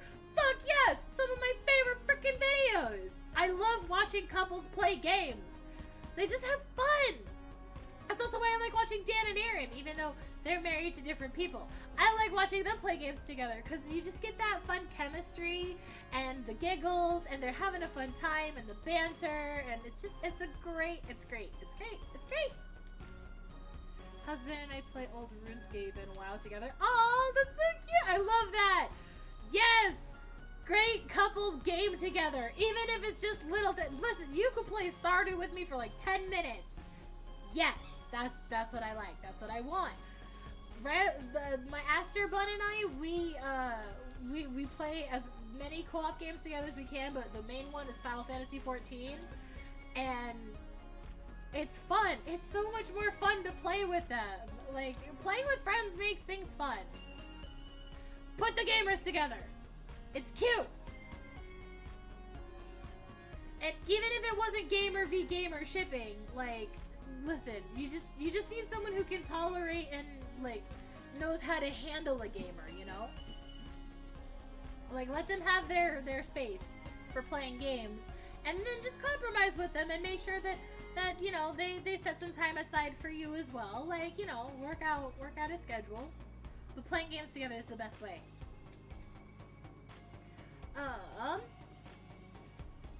As I make my final decision, another notification pops up to tell me I don't have long to prepare before my next meeting. Oh no! I'm heading out to class in 20 minutes. Need anything before I go? Coffee. Like, can I have like the largest iced caramel macchiato you can find? Like the biggest cup. If you can't find it larger than a venti, then get me two. I glance at the time listed on the bottom right hand side of my computer in surprise. Stupid MBA class is always taking away my atlas. I think I'll manage just fine. You go out and enjoy your Friday after class. No need to come here and waste the rest of the afternoon with me. Bring me an ice mocha in a bucket. That's what I'm talking about. Give me that sweet, sweet dirty bean juice. Put a little creamer in it so it's not completely bitter, just as long as it's not the poop beans. I want normal ass bitter coffee. I don't care about the poop bean process to make it taste sweeter. I don't want your dirty, stinky poop beans. I'm sorry, I can't stop thinking about the poop beans. Why is that a thing? I love wasting my Friday afternoons with you. Why do you have such an endearing voice? When I don't crack a smile or a joke in reprisal, Atlas' brow quirks slightly. You seem stressed. Talk to me. I don't want to talk about it. You just make fun of me. I don't want to talk to you, you teaser, you bully. Why, I would never make light of your problems.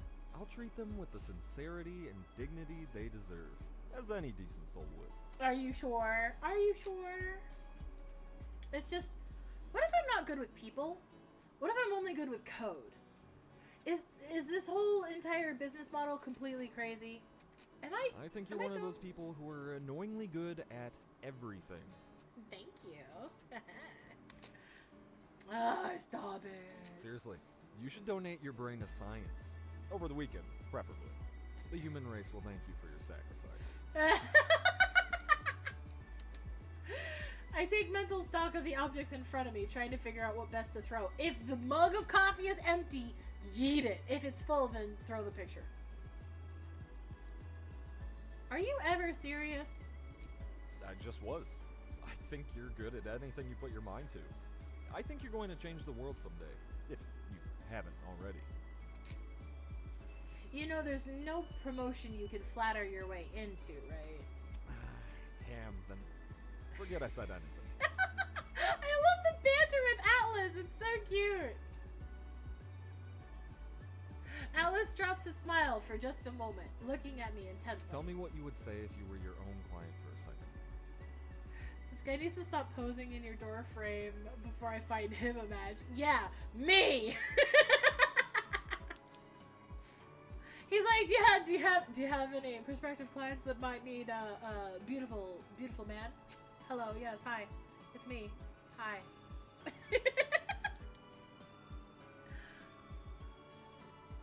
What would you say if you were your own client for a second? It's not one I have to think about long. Everyone has their own worries. That seem almost silly from an outsider's perspective. Outsider's perspective. I can read, I promise.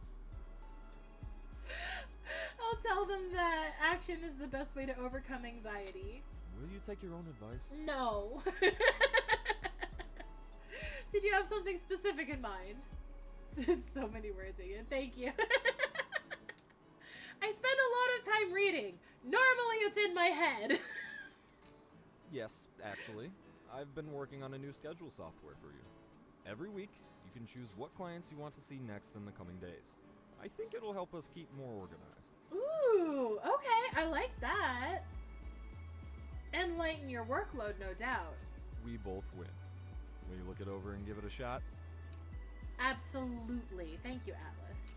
You're doing great things here. It's my job to help you scale them. Yes. Couldn't imagine a better man for the job. Neither could I. Ooh, okay. Cool, so I set a schedule. Wait, am I only allowed to take like a certain number of clients?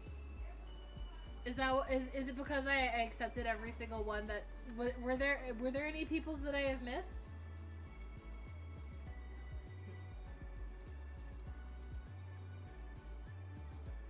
Oh,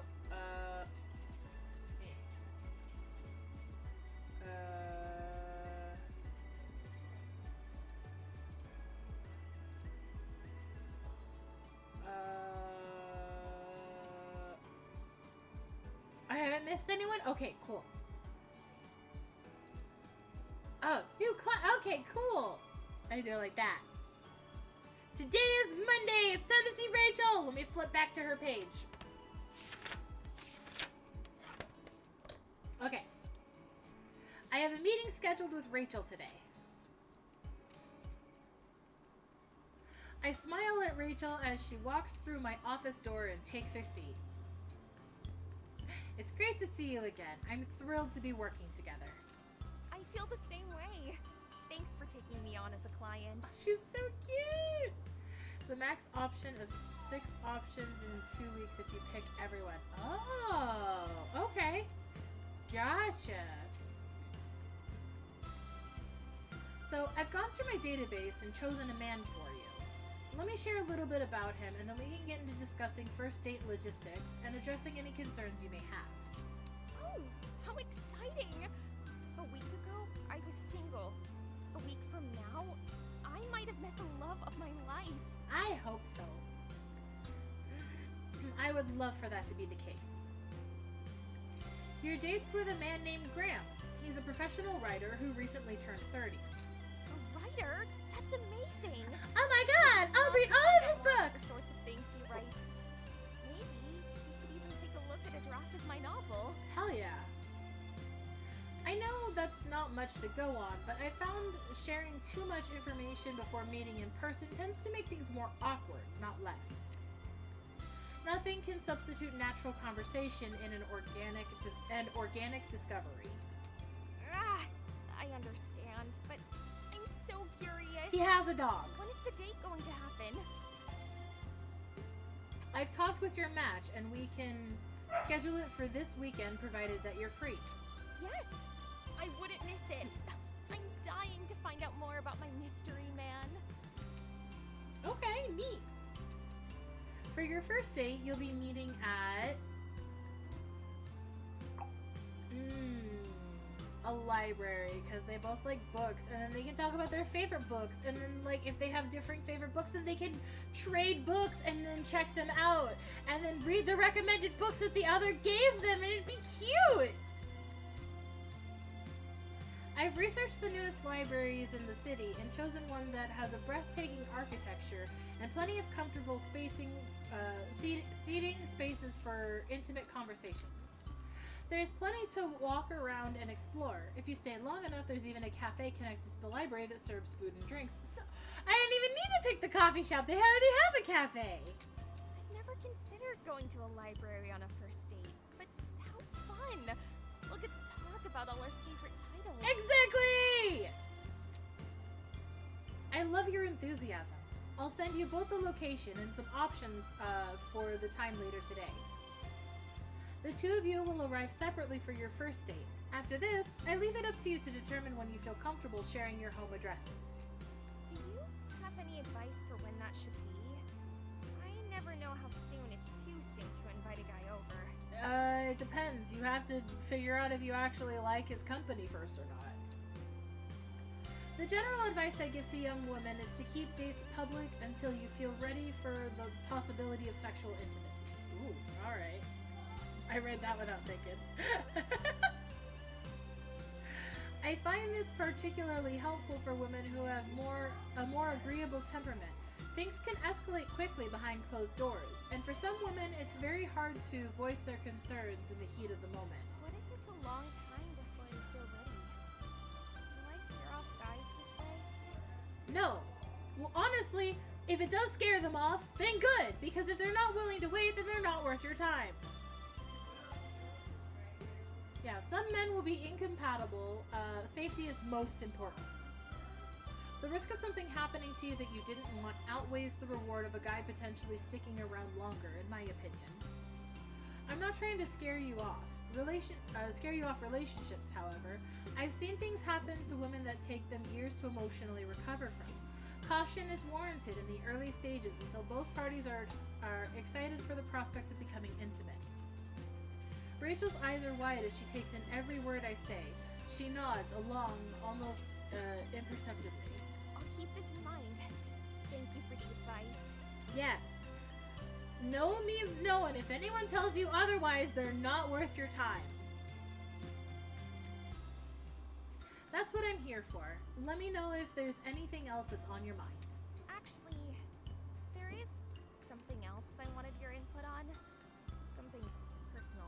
Okay. A little private, if you know what I mean. Okay. Rachel alternates between staring at me from underneath her lashes to staring at almost every inanimate object in my general vicinity. Go on. I'll listen no matter what it is. Rachel gulps. Her nervous movements escalate into shifting her weight in her chair and rubbing her arms. I'm just going to come right out and say it. Okay. I love dark romance. I love the bad boy tropes. The naive girl catching the attention of a powerful man. A guy who's possessive and jealous and controlling. Someone who's completely dominant in the bedroom.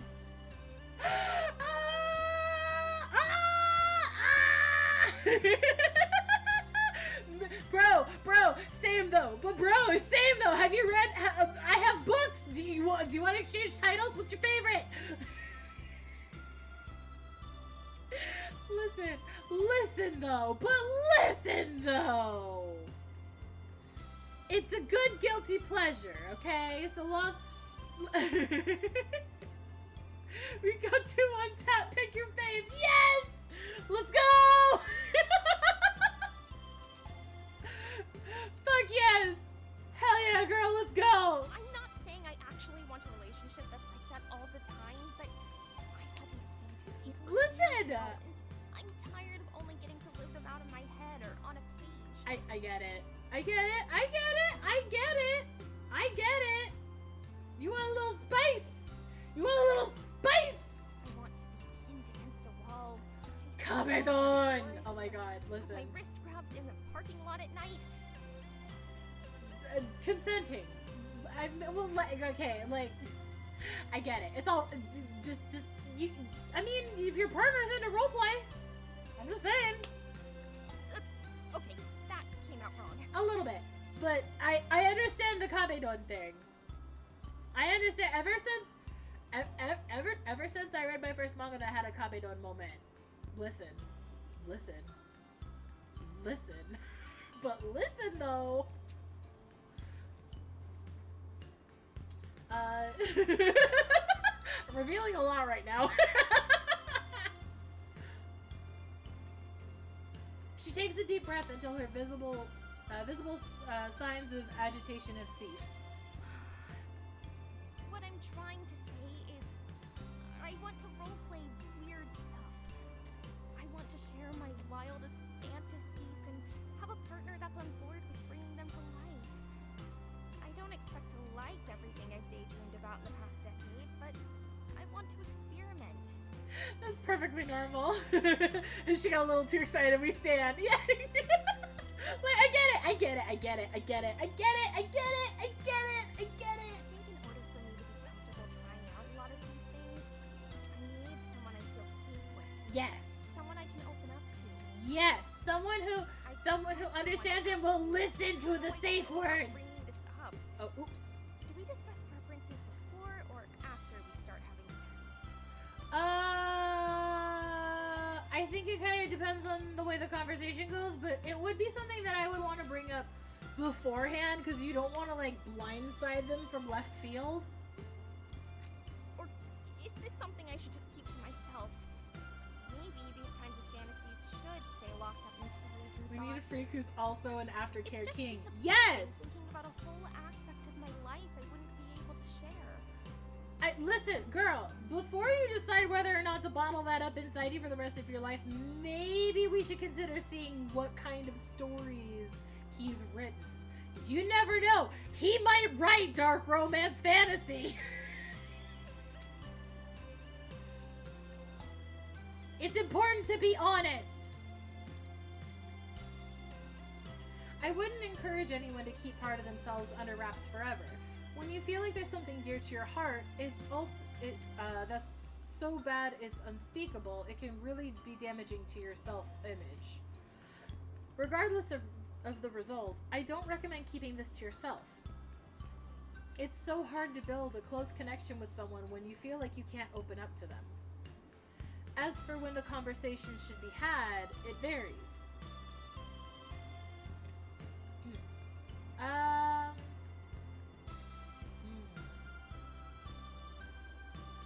It really depends, though. Like, I don't think you want to come out the gate with it. Like, you don't want to come out swinging. I think first you want to see just if the chemistry is there. Like, if this is someone you want to go on a second date with, because you don't want to go on a blind date and then tell them your deepest, darkest secrets and then find out that you don't really want to hang out with this person, because then there's just this random person out there in the world who knows your dirty laundry, you know?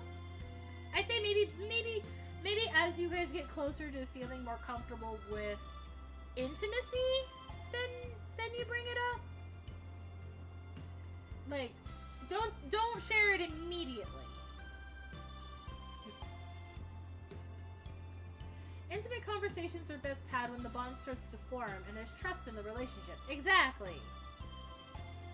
If you start a first date disclosing everything bad you've done or that's happened to you, you can overwhelm the person and leave yourself in an overly vulnerable position. Think about the fable of boiling a frog in water. It's best to turn up the temperature slowly over time, provided there's nothing you have an ethical obligation to disclose. Well, you've definitely given me a lot to think about. I hate the idea of my partner forcing himself to do something for me, but I also want a vibrant sex life that I really enjoy and look forward to. I mean, listen, that's fair. If you're into that thing, you want to enjoy it. Rachel, you're not alone in this. These concerns are very common, and I'd be happy to go more into detail if these issues start to crop up in your relationship. For now, let's focus on positive thoughts. You have a date this weekend. I'm confident the two of you will hit it off. I want to hear all about it in our next meeting. Oh my goodness. I'll be filling you in on every detail without a doubt. Yes. Wish me luck. Good luck! Yeah, good luck, Rachel! I beam at her as she leaves my office. There's a long road ahead of us, but this is a wonderful start. Today is Tuesday! Wow, that was fast. Let me save. I have a meeting scheduled with Zaid today. The door opens slowly, and I'm surprised to see the brisk MMA fighter on the other side of it. I gesture to the chair in front of my desk. This time, Zaid takes his time getting comfortable in his seat. Zaid's mouth almost twitches into a smile when our eyes meet, but it's gone in an instant. A scowl fastens itself onto his features instead. Aw, you trying to put up the tough guy act? I know you're a softie. I can't help but wonder where the cocky client I met the other week has gone, but I put on a bright smile to hide my confusion. Hello again, Zaid. Hey, Doc. Guess you got good news for me. I roll my eyes playfully at the use of the nickname. Before I get into that, how are you feeling today? You seem a bit different than the last time I saw you. I feel fine, Doc. I'm just ready to know who you picked for me. Are you nervous, or did you lose a fight and you don't want me to know? Well then, I'm ready to share it with you. I think that I really need to know how to read words. I really think you'll hit it off with your match.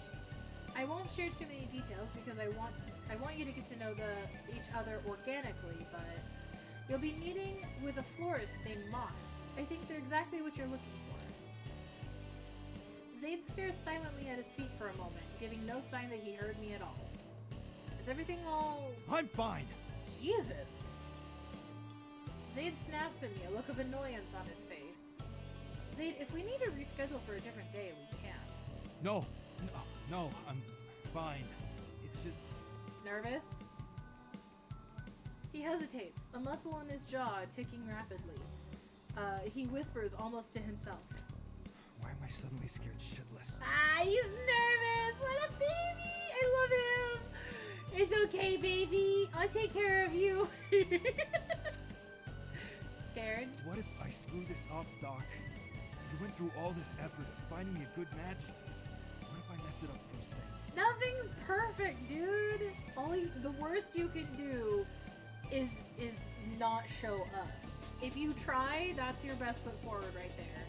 If you show up and you just give it your best, that's all it really is. If you mess up, bro, everyone's nervous. I'm sure Moss is nervous. I'd be nervous. But how would you mess it up? I force a soft laugh to try and lighten the mood until Zaid do it nervous. It's cute, right? Right? It'll be more endearing if he shows he's nervous. It'll be more endearing, I swear. Until Zaid sobers my mood with his intense stare. I try a different approach, donning a gentle smile. Zaid, why don't you tell me exactly what you're worried about? I know I can be a lot, but I've been working on it. As much as I'd like things to be perfect, I'm afraid if I wait till I'm perfect, it'll be too late. Totally fair. And honestly, with a good match, if you explain to them that, you know, you're currently working on yourself and trying to better yourself in a way that you would prefer yourself to be, they'll understand. And if they don't, they're not worth your time. Zaid, I made this match based on who you are today, not a hypothetical future version of you. You matched with this person because you fit their criteria. Who I am today. Yeah. Zayn slams his fist down on my desk. His head hangs down and I can barely see his eyes squeezed shut. Don't break my desk. Who I am today usually ends up driving people away. I've never had a partner that wanted to stick around. Hell, I've only got 2 real friends. I just want this time to be different. I reach out and place my hand over his fist. Zayd's eyes shoot up at the contact. True friends, the ones who see the bad and decide that the good outweighs it, are rare. That goes for all of us, even me. Just like those people, there's a person out there who would make the same decision to be your romantic partner. I'm not saying show your worst self off on the first date, but to show a version of you that's real. Feeling like the person you love only cares for a pretense is the last thing you need. If they don't like you, that's fine. Who needs them? Zayd's features begin to soften. I'm getting through to him. Look, this little bitch, I'm worming my way in there. You're a star, baby. Remember? I laugh as the smile spreads across Zayd's face. The biggest smile I've seen from him to date, including in person and in print. You got me there. Hell yeah, I'm a star. Just like that, he snaps out of it. Zayd's mood shifts completely, and he stares at me with laser focus. Okay, Doc. Besides all my insecurity and shit, got any other first date advice? What happens if I don't like him? Then you politely tell them that you don't think it's gonna work out. But you thank them for their time. I blink a few times at the emotional whiplash. Well, that's a good question. If you're not feeling the sparks on your first date, you don't have to feel obligated to see them again. You can, but you don't have to. It's completely up to you whether you see your match again. I don't recommend pursuing something you aren't feeling.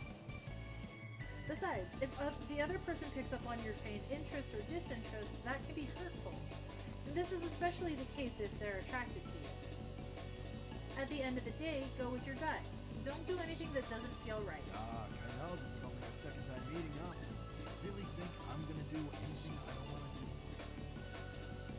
Fair point, but you also have a hard time expressing your emotions. I laugh softly. I think you're a little sweeter than you let on. No, that blush kills me. I love when tough guys blush. Come on. Tough guys and gals and non-binary pals. When someone with like a tsundere front or a kudere front or just toughie like this nerd, when they blush, I enjoy it. I enjoy it. What can I say?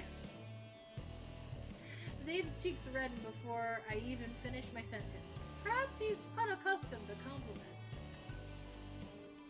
However, if what you're feeling is more than a lack of chemistry, if you really dislike your first date, then end things swiftly. I would end things as politely and courteously as you can. Pay your share of the bill, gather your things, and tell your date you're going home early. If they ask you why, you can tell them you can't see this working. But if you wish you wish them luck finding their person. What if I don't wish that? Then just don't say that part. I shrug my shoulders. Personally, I never know. I never know when I caught someone at a bad time or when it's more that our personalities don't work well together rather than their personality is just plain worse. Yeah, well, maybe I'm not so nice. Or so you say. I don't believe it. It's less about being nice and more about not letting someone take up space in my head and in my heart. I have to tell myself to let these things go, but I'm happier for it. On the other hand, there may be a time during the date where you start to feel that they're not that into you. Maybe they become less responsive, or their body language becomes restless, distracted, or closed off.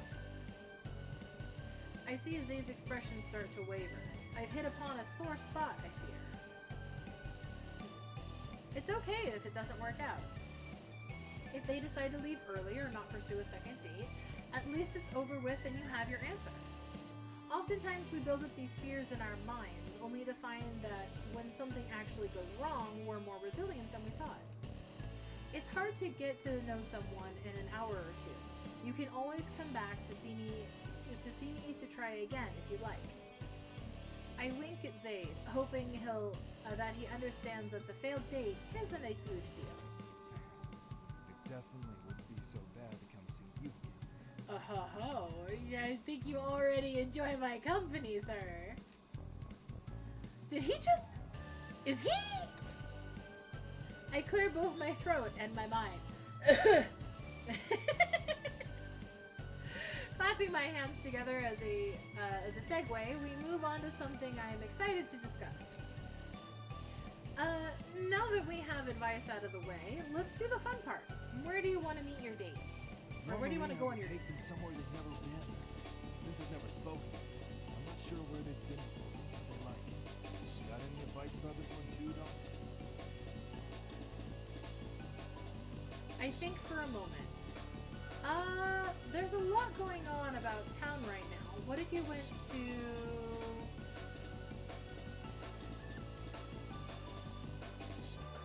I like that he's sitting in front of your computer. Yeah, he's demanding my attention. He's like, move your all-in-one out of the way. You're paying attention to me. A local festival. I don't think Moss would be into a fashion show. So let's try a local festival. What if you went to the Peach Festival this weekend?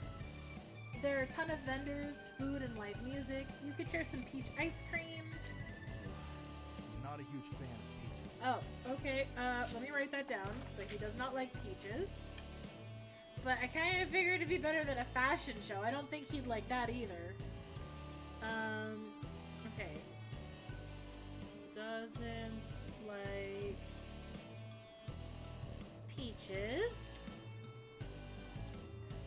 Oh, well, peaches are just the theme. I'm pretty sure there'll be plenty of interesting stalls and yummy things to eat. You know, that's totally fair. I didn't consider that he might be into drag. That's totally fair. That's on me. I didn't consider that. I made an assumption. That's on me. Does that sound good? I trust you, Doc. You're the love expert after all. I was also kind of thinking about how Moss says that they want someone to feed them because they can't cook. And festivals usually have lots of food. Fashion shows don't normally have a lot of food. I assume. I've never been to one, but I assume they don't normally have food at fashion shows. I sigh at him. Not an expert or a doctor, just a matchmaker. Yeah. I'll let you know how it goes, Doc. So far, he is kind of my favorite. I resist the urge to roll my eyes. I can't wait to hear all about it. See you next week, Zaid. See ya. Bye. Whoa, he clipped through the desk for a second. He's coming for me. Did you guys see? He's coming right at me.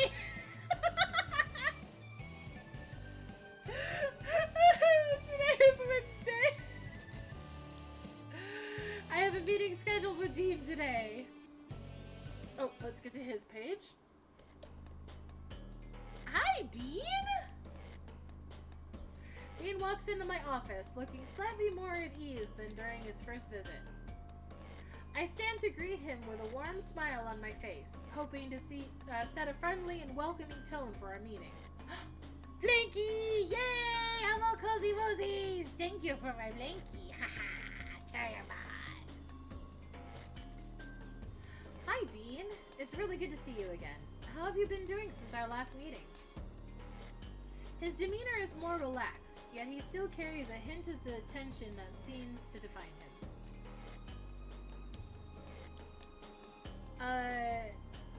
No. No, thank you. I'm sorry. Hey, I've been alright. Just busy with work at the auto repair shop and my sister's wedding preparations.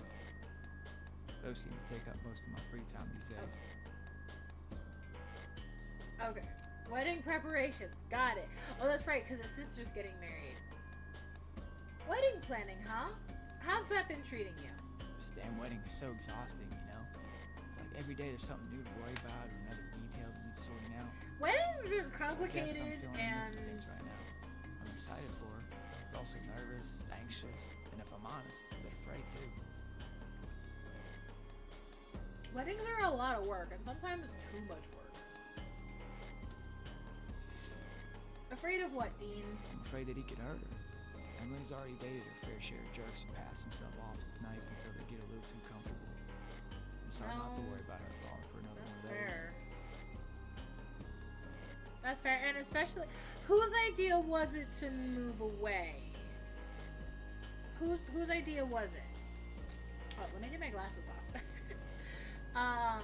If it was the fiance's idea to move away, then suspicious.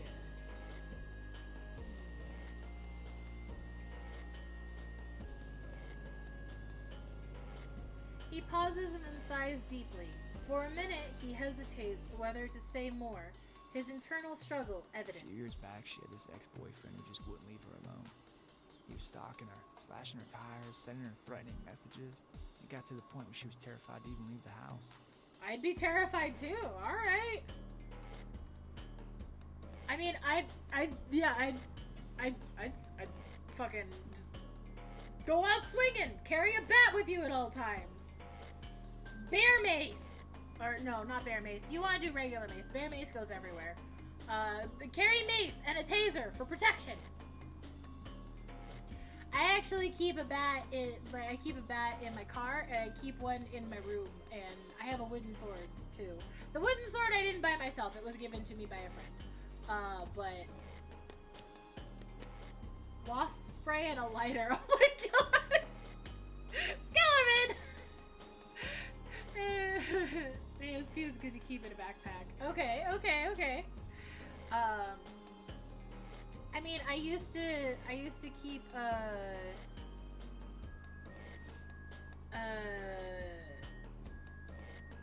my god, my my parents used to keep a machete by the front door. It always made me laugh that there was a machete by the front door. Like, are we expecting a battle? Sounds incredibly difficult for both of you to endure. It was hell on earth. She tried to get a restraining order, but it didn't work out. The legal system failed her. I couldn't stand to see her suffer anymore. So one day I lost control. I confronted him, and things got violent. I ended up hurting him pretty bad. Oh, is that how he got his criminal charge? That makes perfect sense. Listen. Ain't nothing wrong with that. You were protecting your sister from a stalker. Oh, Dean. I can imagine tough of a situation. I can imagine how tough of a situation that was to be in. It sounds like you were in an impossible position. It landed me in prison. Let me tell you, those were some dark days that I wouldn't wish on anyone. That's I knew fair. I had to change. For my sister's sake. For my own well-being. I had to turn my life around. So when I got out early, I made a promise to myself to start fresh. To build a new life away from all the chaos and violence. Totally fair.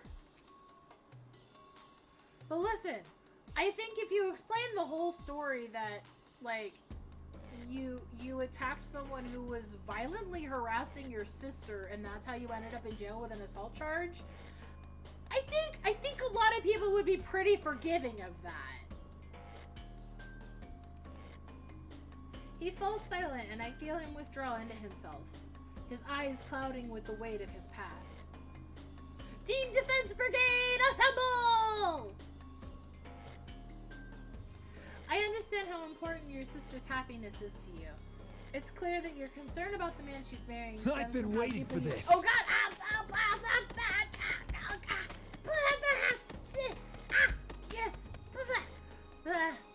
Sasu! Hello! Welcome back, Sasu! Thanks for stopping by! I hope you had a fun trip. I'm sorry I haven't talked to you since you came back. No, hydrate. Okay, well, I'm almost out of that bottle. Let me grab another water bottle. Moth, I got a moth. Ah!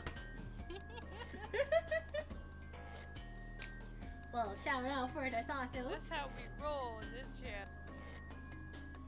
That's totally fair. Listen, traveling can definitely take a lot out of you, but I hope you had a lot of fun on your trip. I only saw a couple photos because I very rarely go on Facebook, but it looked like you guys were having fun. I missed this Greymon clip. Oh, I'm lucky. I am lucky indeed. I'm glad it only plays for a certain number of seconds instead of the whole clip. Definitely needed a vacation from my vacation. You know what? I get that. I totally get that. I understand that. You need a vacation from your vacation to wind down from the vacation before you return to progressing with normal life. It's a lot.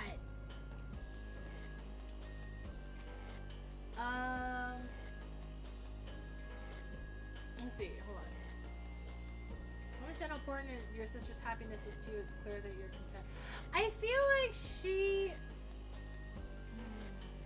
break from the wedding stress. Totally fair. Speaking of wedding stress, Dean's in the middle of some wedding stress because his sister's getting married.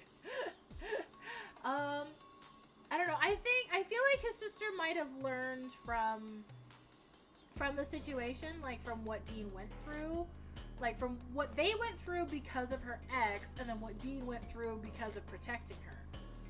So I'd say let's trust in her.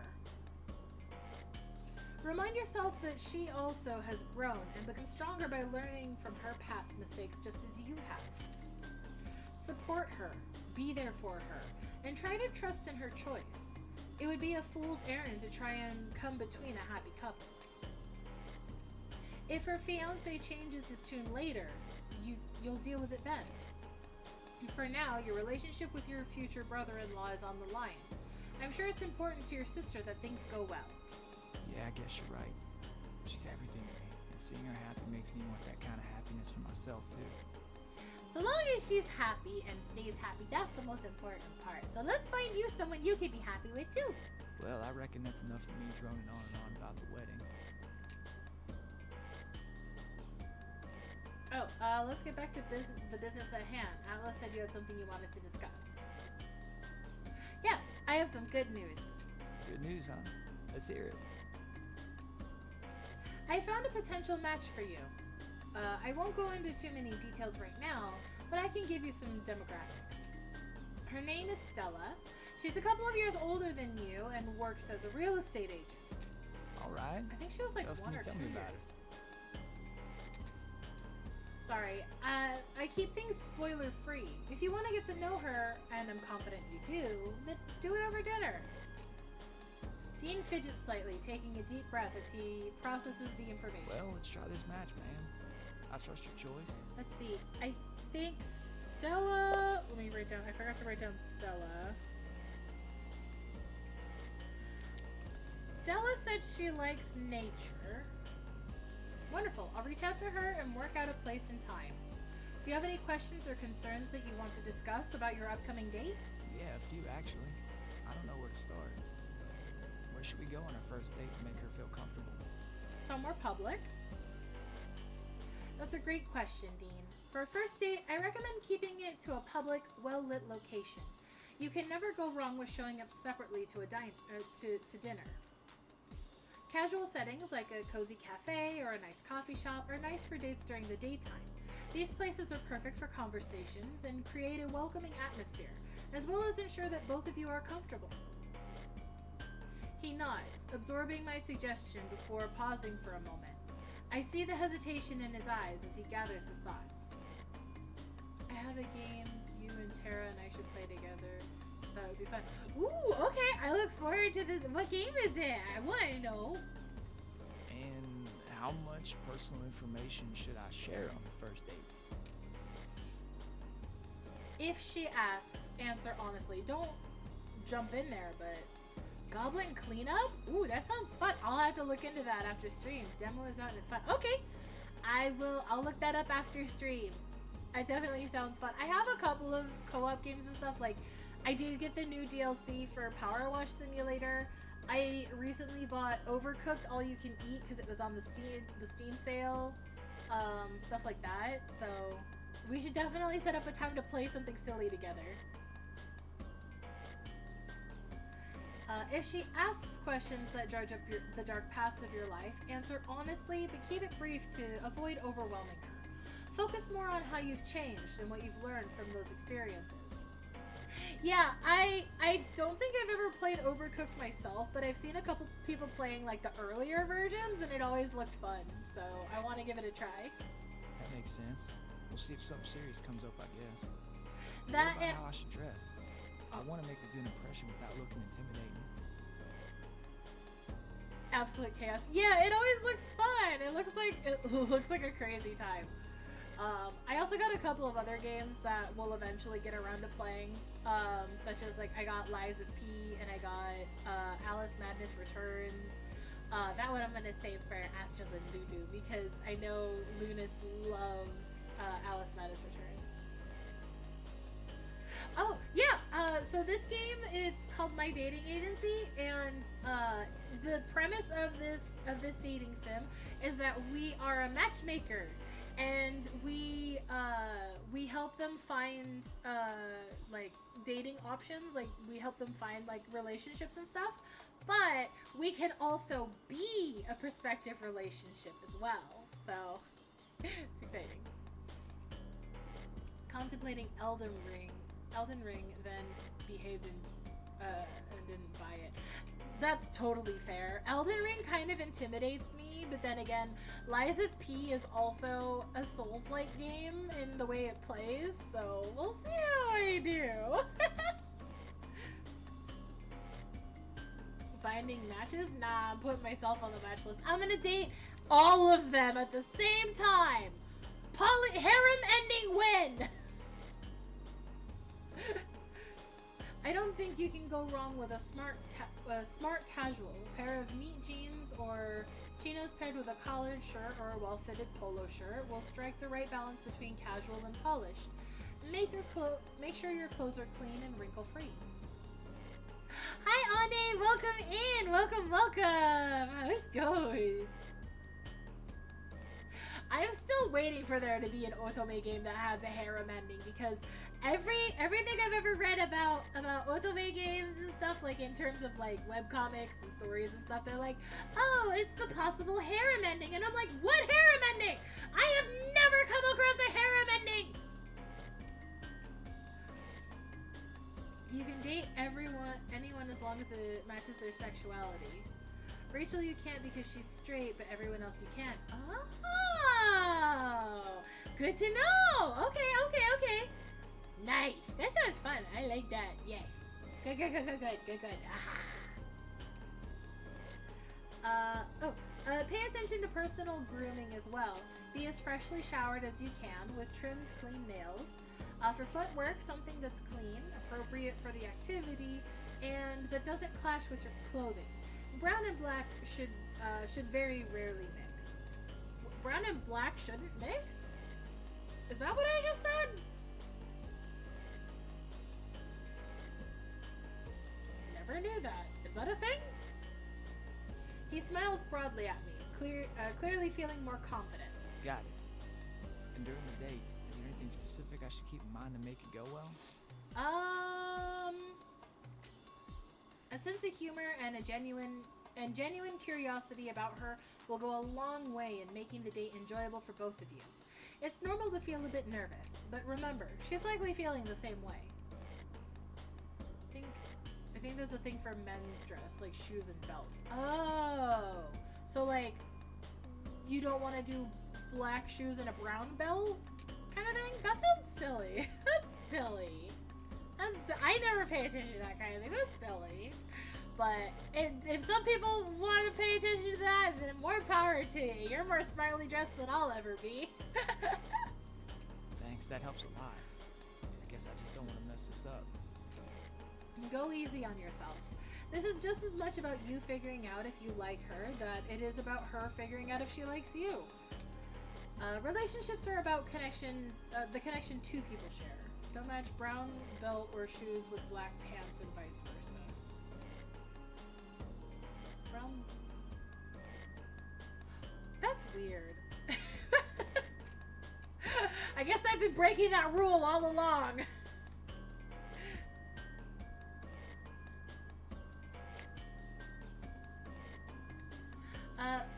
Look at this as an opportunity to get to know someone interesting, not as a test you're likely to fail. Your sincerity and determination will shine through. He stands up, a bit more confident now, ready to take on this new challenge. Thank you. Seriously, this means a lot to me. You're welcome, Dean. I'm here to support you every step of the way, so don't hesitate to reach out if you need any more advice or encouragement. Today is Thursday. Onwards to Cliff, the person whose profile I took the least amount of notes on, and all I wrote down is gamer. I may have fucked up looking man, but the social contract says mismatches are weird. Right? I don't know, man. Fashion's weird. Have you seen fashion shows? They're fucking weird. I have a meeting scheduled with Cliff today. Cliff waltzes into my office with the same calm awkwardness as he first did. Something about it screams young dad meeting with his troublemaker child's principal. That's cute. Thanks for having me back. I was almost worried I'd scare you off with how eager I was. Sorry, I just watched a bird chase after a butterfly. Like, the bird just went straight up. It was wild. It was yellow. A yellow bird chasing a white butterfly. Anyways. That's what I get for being by a window. Not at all. Enthusiasm helps keep the entire process moving. I shake the hand he offers me. Are you ready to... I pause, debating if what I'm about to say will be too much. Are you ready to choose your player? I mean, your date? Are you ready to set up your player too? Testing out the gamer talk. I like it. Hit me with my mystery woman. I think I found you just about the best match in my system. You'll be meeting Annette for a date. Not only is she a gamer, but she's a streamer too. Don't say you hate streamers. Don't say you hate streamers! A streamer? I wonder if I've watched her play. Can't wait to meet her and talk strategy. Nice! I hope he's a fan. I hope he's like, bro! And we go on Twitch and we see them playing co-op games together. Let's go! That's all I can tell you for now. You'll have to find out more in person. I've gotten to know plenty of people through a screen, and I can tell you that in person is always more accurate. Exactly. You can't discount all of the personality that shines through body language. So when do I meet her? When do you want to meet her? That's up for the two of you. Once we decide on a day, I'll reach out to both of you about possible times. Cliff's smile falters and his phone is in his hand. The screen turns on and off as he hits the power button over and over again. What happened to all that enthusiasm? It just feels so much heavier now that she has a name and presumably a face. Now that she actually has now that I know that she's 3D and not 2D. It's not like they give you a tutorial for every new relationship, do they? Well, no. It would be helpful, though. That would be helpful, wouldn't it? Majorly. At least I'd know what to do with my hands. He wiggles his fingers and shrugs. I'm always wondering how soon is too soon to hold their hand. If it is too soon, is putting them in my pockets being closed off? You could always just hook your thumb in your pocket. That way the rest of your fingies are available in case they change their mind. Maybe? Anyway, aside from my hand dilemma, it would be nice to have a concrete set of rules to follow. Fair. While I can't give you an exact play-by-play for this date, I can give you some tips on how to get through that initial meeting without wanting the floor to swallow you, hands and all. As for how I can help you, I think choosing a location is the best way to start. Reading the map before you meet the NPCs. Solid plan. You have won a first class ticket too. I feel like bistro is too fancy schmancy. Keep it casual. Keep it casual so it's not as intimidating. I was thinking a nice sit-down restaurant might give the two of you a chance to sit down and talk without your screens between you. Cliff holds a hand to his heart dramatically. A death blow to my little gamer heart. But my gacha games! I nod and point to his hand where his hand is still resting on his phone. But I'm playing Honkai Star Rail. You have to talk to people to make a connection. It's sort of crazy to think this is actually happening. As if having an actual place to meet changed it all. But they just released Endless Zone Zero!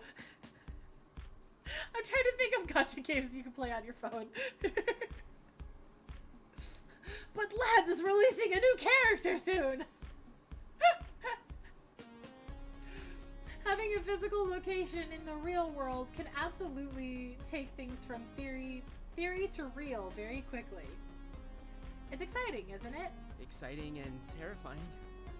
Now that it's really happening, all I can think about is what I might do that could mess it all up. No. What happens if she sees me and just walks right out? That's not gonna happen. Not unless, like, she ends up being, like, an ex. Which you said you guys were long distance, so it might not be likely, but that's not gonna happen. Cliff, that isn't going to happen. Remember, I didn't just throw you two together randomly. I chose both of you because I thought you would work well together. There's always a chance for a surprise. Okay, worst case scenario and completely hypothetical. She walks out without giving you a chance. People are multi-faced and confusing and impossible to completely describe on paper. If she walks off, then it wasn't meant to be, and we work together to find the right match. I'm not going to abandon you when you need help. So try not to get too wrapped up in hypotheticals this early on. Take a deep breath and trust the process. It's not the process I don't trust. It's my ability to keep my foot out of my mouth. Fair point. So far, I've seen you manage that quite well. I'm on my best behavior, but I also don't feel pressured here to be anything more than Cliff. You shouldn't ever have to feel pressured to be anything more than Cliff. Then that's the same attitude you should take into the date. But you see... Cliff pauses and pushes his glasses up his nose. There's some crazy part of my brain that thinks if I don't tell someone everything about myself up front, then they'll find out about it later and think I was lying about who I was. Okay, that's totally fair because my brain does the same thing, but... Rationally, I know that's ridiculous. You're supposed to learn about each other over time because you had a lifetime before them and all that. I know that. But at what point am I meant to start dropping the big bombs? What is that concrete sign that I'm not keeping things from them and that I won't scare them away when I mention my dislike for all things tomato? That's not a big bomb, that's a food preference. There isn't going to be a perfect time, you just kind of gotta wing it. If you're looking for the perfect time to let out the big secrets, you're never gonna find them, Cliff. When things are that important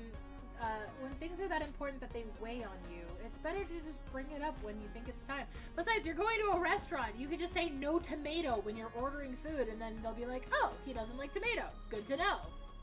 It's not that hard. Also, I'm gonna write down he dislikes tomato. Hates all things tomato. Now I have more than 2 lines of information on him. If that means feeling like you've dropped a bomb on them, then that's a risk you might have to take. As far as tomatoes go, you could bring that up whenever you want. People get really up in arms when you say you don't like tomatoes. So? When they get up in arms about it, just be like, alright bro, so do you want my tomatoes or not? I've never noticed that. On a scale of 1 to 10, I'd rate dislike of tomatoes on the low end. Maybe you could use them as your practice admissions and see how it goes. Solid plan.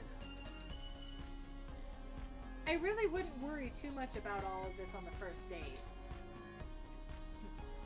Focus on having a good time.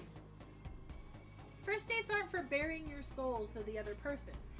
Keep it calm and casual and just go with the flow. The idea here is to get a feel for each other and see if you want to go further. You can start worrying later on. I'm going to worry one way or the other, but I think I can keep it under control until the 3rd date. Fair point. You've got this, Cliff. I actually agree with you. Or I want to, anyway. So, I'll see you next time then? Yes, I'm looking forward to how amazing everything went. I give Cliff 2 thumbs up, and with my best supportive grin, he leaves. As he leaves, I can read. Oh, it's crowded inside the Old Clove Bistro when I stop in after work, but the smell is just enough to get me in line. It stretches from the 3 registers to the door and turns to the right. As fast as it's moving, I'm still not sure I'll make it before I collapse from hunger. It was a long day and I haven't eaten since this morning. Oh! Hey, what's up, Cliff? Hi! A familiar voice calls my name and I spot Cliff waving me over. Hunger pushes me forward and he nudges me into line beside him. Surprised to see you here. Yes! What a nice surprise! I've been thinking about this place all week, and the stars finally aligned with my stomach. I scan the menu, finding something to love about each option. If only I had a few extra stomachs and not just the one violently empty one. Don't be weird. Don't be weird. Don't be weird. Don't be weird. Don't be weird. It's cool. We're cool. We're cool. Play it cool. What do you recommend? You can't go wrong with the ratatouille here. They slice the vegetables so thin they practically melt together. Wow, really? Like paper thin? Like rice paper thin? I'm sold. Just remember you have to get a few macarons or you'll spoil the meal. How does not getting dessert spoil... how does not getting dessert spoil a meal? You don't eat them at the same time. I don't make the rules. I am merely your impartial guide on this journey, and I am telling you, you'll regret it. How can I say no to my guide? I take out my wallet to pay for my order, and Cliff nudges my hand away from the register. Excuse me? I can't let you pay, Cliff. If you pay, they'll know I let you cut the line, and there'll be a riot. You can pay me back later, but I have to pay now for the safety of everyone here. Charming! I stare at him skeptically until I hear a throat clear behind us. A man is staring pointedly at his watch. Once again, I'll have to defer to your judgment. I appreciate your trust. Would you like to find a table? Are we eating together? Safety in numbers. It's dangerous to go alone. Take me? Cliff shoos me out of this line towards the massive tables. Most of them are already taken, but in a stroke of good luck, I manage to grab a table as a small group leaves. I receive a nod of approval from Cliff when he shows up with a number on a stick that will show the waiter where to bring our food. Nice job. I'm a seasoned table chooser. And a budding restaurant chooser. I'm glad you got a chance to try this place out. So am I, and bonus points for running into someone I know. I'm not a huge fan of eating alone. Me either. I normally just work or game while I eat, so I have some background noise. Bro, same! Am I interrupting? Calm yourself. I wouldn't have sat down with you if there was something I couldn't put off. This is cute. A waiter stops by to set our food down in front of us. Immediately I'm reminded of how hungry I am as the smell of fresh, hot food wafts over me. What are you waiting for? Dig in. I'm gonna! That's all the encouragement I need. I devour the plate. That was cute. That was so cute. That was adorable. Oh my god. Today is Friday. I'll be meeting a new client today. Okay, before we meet the new client, I have to go to the bathroom. So, I'm gonna pop over to a quick intermission. Get yourself some snackies, stand up and stretch, get yourself some water, whatever you need to do. I will be back in 2 shakes of a dragon tail.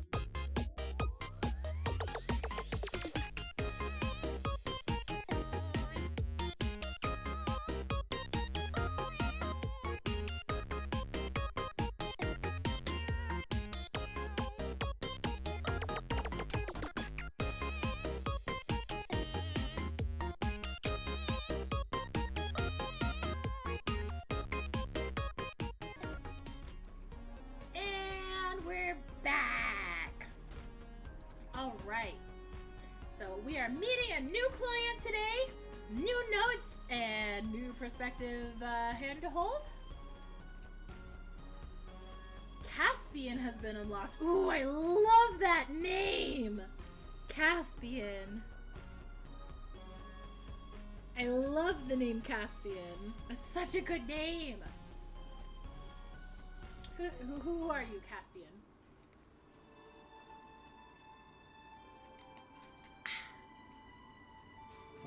As I read through the profile for my upcoming appointment, I'm reminded of my personal belief that everyone deserves love in their life. Especially for those who feel like they've been through too much to find it. Some people spend their lives feeling unappreciated, unseen, undesired.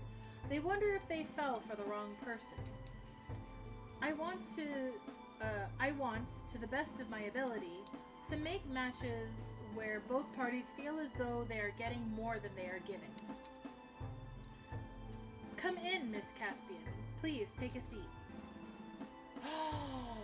A queen! Bro! Oh my god, she's so cute. Yes! Yeah, we both have green hair! As I... she's so cool! As I gleefully invite my client in, her eccentric style comes through right away. Her clothes, her hair, even her demeanor are all compete for my attention. Let me just caps queen. Okay. First note on the page, queen. Queen we stand. She certainly doesn't seem to be shy about her sense of style, nor overly concerned what others will think of her. Phew! I made it just in time. Hello, Miss Matchmaker. Oh, her voice is so cute! Please, call me T. I'm so glad you've made it. Thank you, girlie. How should we get started? I've never been in a matchmaker's office before. It's cozier than I thought it would be. I appreciate the compliment. My goal... Bubble in my throat, Jesus. I appreciate the compliment. My goal is for you to feel comfortable. Let me give you the rundown on how all this works. You and I will have an in-depth conversation about who you want and what you want out of a relationship. If we both feel good about continuing, I will choose a date for you. Once I do that, we will see each other soon after to prepare you for your first date. Sound good? Oh, totally. I'm an open book. Ask me anything you want. Delightful.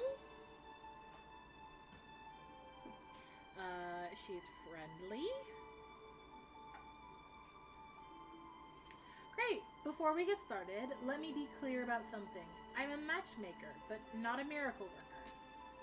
I can streamline the process of finding love for you, but ultimately you and your match will be the deciding factor in whether or not you work out. Even the most compatible couples will have their own differences that they need to work through.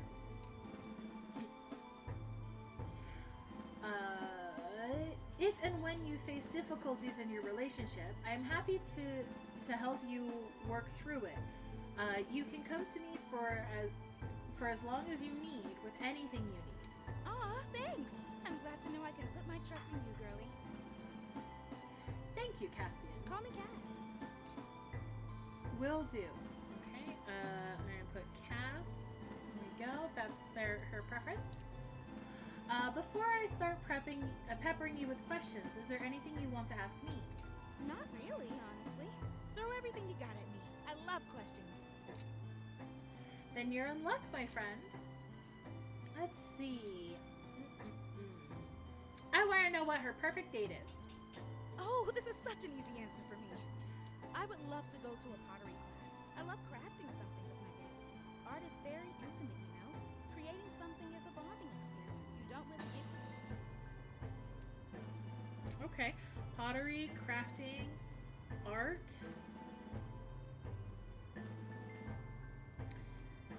Art with a T, not an H, because that looked like an H when I was done.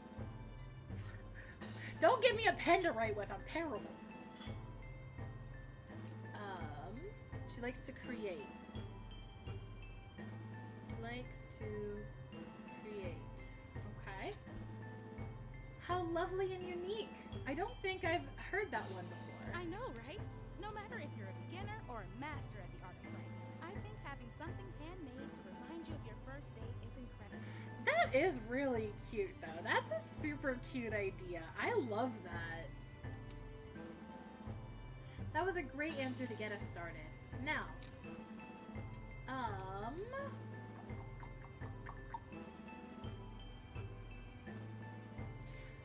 how, I guess I've never asked the how often do you see your friends thing, so let's do that. Yes, I do. I get very bored if I don't get together with them often.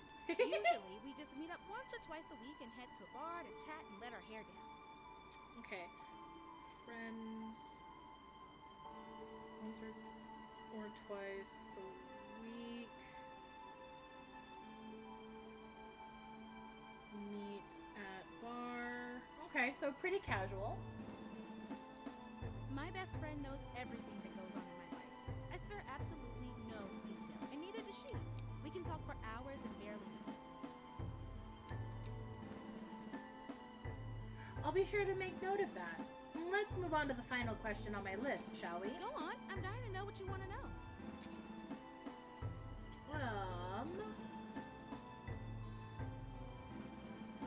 Ooh, where's your favorite place to travel? Oh my god! Where would I go? How do I pick just one? There are so many places I want to travel to. I feel like my answer would change by the day. Okay, so loves to travel. I'll go with a visit to the Hanatuan Enchanted River in the Philippines. The water is so clear and so blue that it stretches forever, not to mention the caves. Okay, and nature. I should stop. Talking about it really makes me just want to throw everything out of the window and go. I mean, totally fair. I see. Well, thanks for taking the time to answer my questions so thoughtfully and thoroughly. I think this is enough for today. Hey, earlier you asked if I had any questions, and, well, there is one thing that's been on my mind. Okay. When you look at me, I know what you see as a wild alternative girl with an eccentric style. I know I probably don't come across that smart. No, a lot of people that dress in a very eccentric style tend to be pretty smart. You don't have to look like a nerd to be a smarticle. I wouldn't agree with that last part, but go on. It feels like I'm attracting the wrong one. Everybody who wants to date me is just after my vibe. Nobody sees me for who I am beyond my aesthetic. B, welcome in, B. Hello. Welcome. Oh god! I love the clip when you get hit by the car. Oh my god.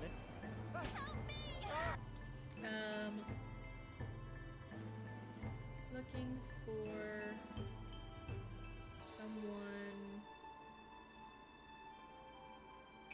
someone real. Yeah, that helped me when it cuts off. It's pretty funny.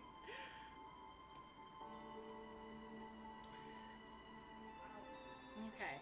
Honestly, it's a bit heartbreaking sometimes. Do you truly think there's somebody who wants to get to know what's under the surface? Absolutely. Yeah, the category is just chatting because the game isn't listed yet. It's on itch.io, but it's not listed in Twitch, so I had to put something.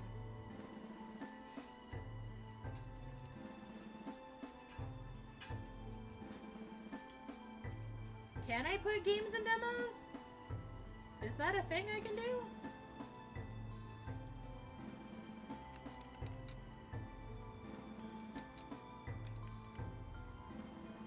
I can't put that as a Twitch category, no. It is not a Twitch category. It's not something I can put for a Twitch category, so... Is it, like... Okay, well... Everyone said the music was fine, but I'll turn it down a bit more. It's just the mixing with the audio for the voices in the game is, the audio in the game is a bit mixed weird, but it is just a demo from a game jam, so there's still fine-tuning to be done because they only have so much time. But so far, this is a lot of fun. I really like it.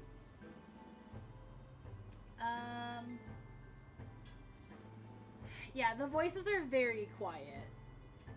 So I try not to talk over them. I can find someone who loves you for you. Cass, this is exactly what you'd be hiring me to find, and I absolutely believe it's possible. Though I encourage attraction, it's one component of a relationship, and it's certainly not enough to grant long-term success and stability. I would find you much more than that. Oh, no worries, V. I hope your time out was okay and your travel was safe, and that the day's been going well for you. Thank you so much. I knew I was right to come here. After taking a sip of my coffee, I give Caspian a reassuring smile. Okay, well that's everything I wanted to say. Are you all set? Everything on my list is crossed off. Yay! I can't wait to meet you again for our next meeting. Thank you so much for spending your time with me. You are an absolute delight and a sweetheart. I'm so happy you came by. It was my pleasure, Cass. You've been wonderful. Aw, I appreciate you saying something so sweet. I have to get back now. Toodaloo! Toodaloo! I love that. Oh god, she's so cute. My heart! As Caspian leaves, I spot Atlas bidding her farewell. He notices my gaze. Too wild for you? No! I wouldn't say that. She's nothing I can't handle. Does that mean you want to take her on as a client? Yes I do! Of course! She's piqued my interest. I'm looking forward to seeing her again. Alright. I'll reach out to her to schedule your next meeting. I think she'll be a breath of fresh air around here.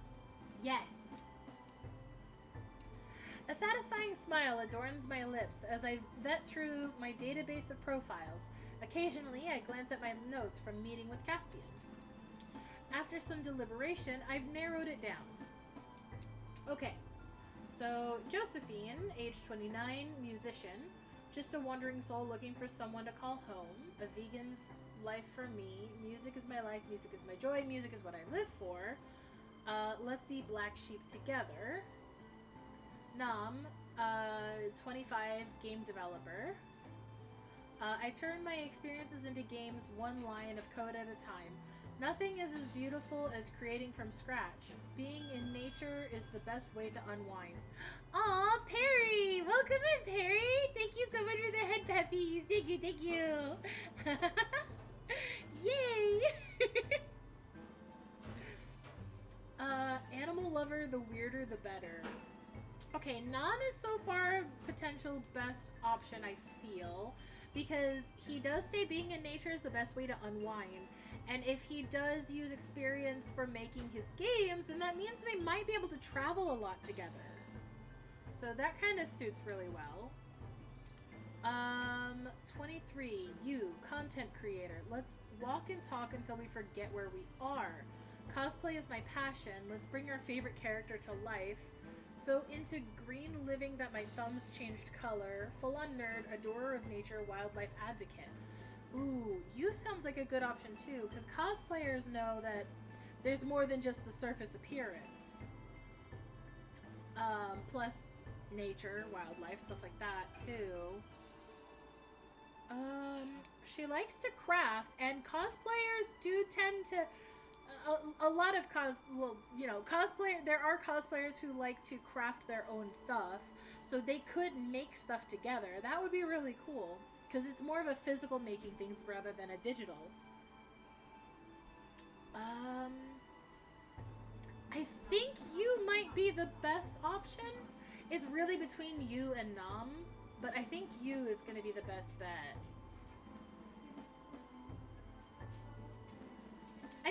I think that'll be a good match.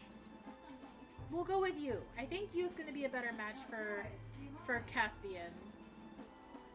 After choosing Cass's match, I breathe a sigh of relief and gulp down the last of my coffee. I think I have time to grab another cup before starting on the rest of my tasks for the day. Okay. The week is over. Time to plan next week. Alright. I want to do Monday, Tuesday, Wednesday, Thursday, Friday. Oh, wait. New client. No, I want to see how all my current clients are doing before I take anyone new on.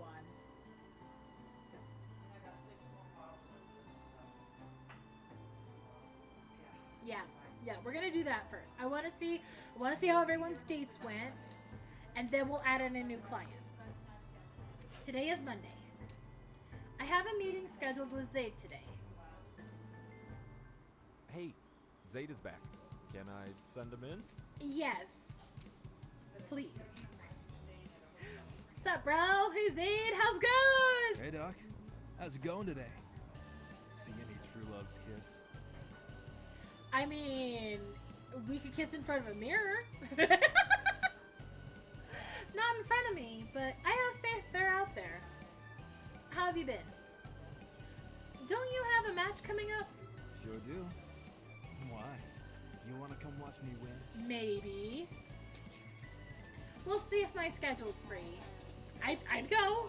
Listen, so far he is my favorite. His personality is a lot more charming than I thought he was gonna be. I can't wait anymore, Zaid. Tell me about your date. How did it go with Moss? Yeah, how did everything go with Moss? They loved it.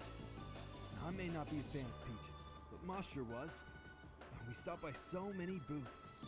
We walked until their feet ached. And then we sat on the grass and watched the concert. We even held hands. Oh, cute! Oh my god, that's so cute.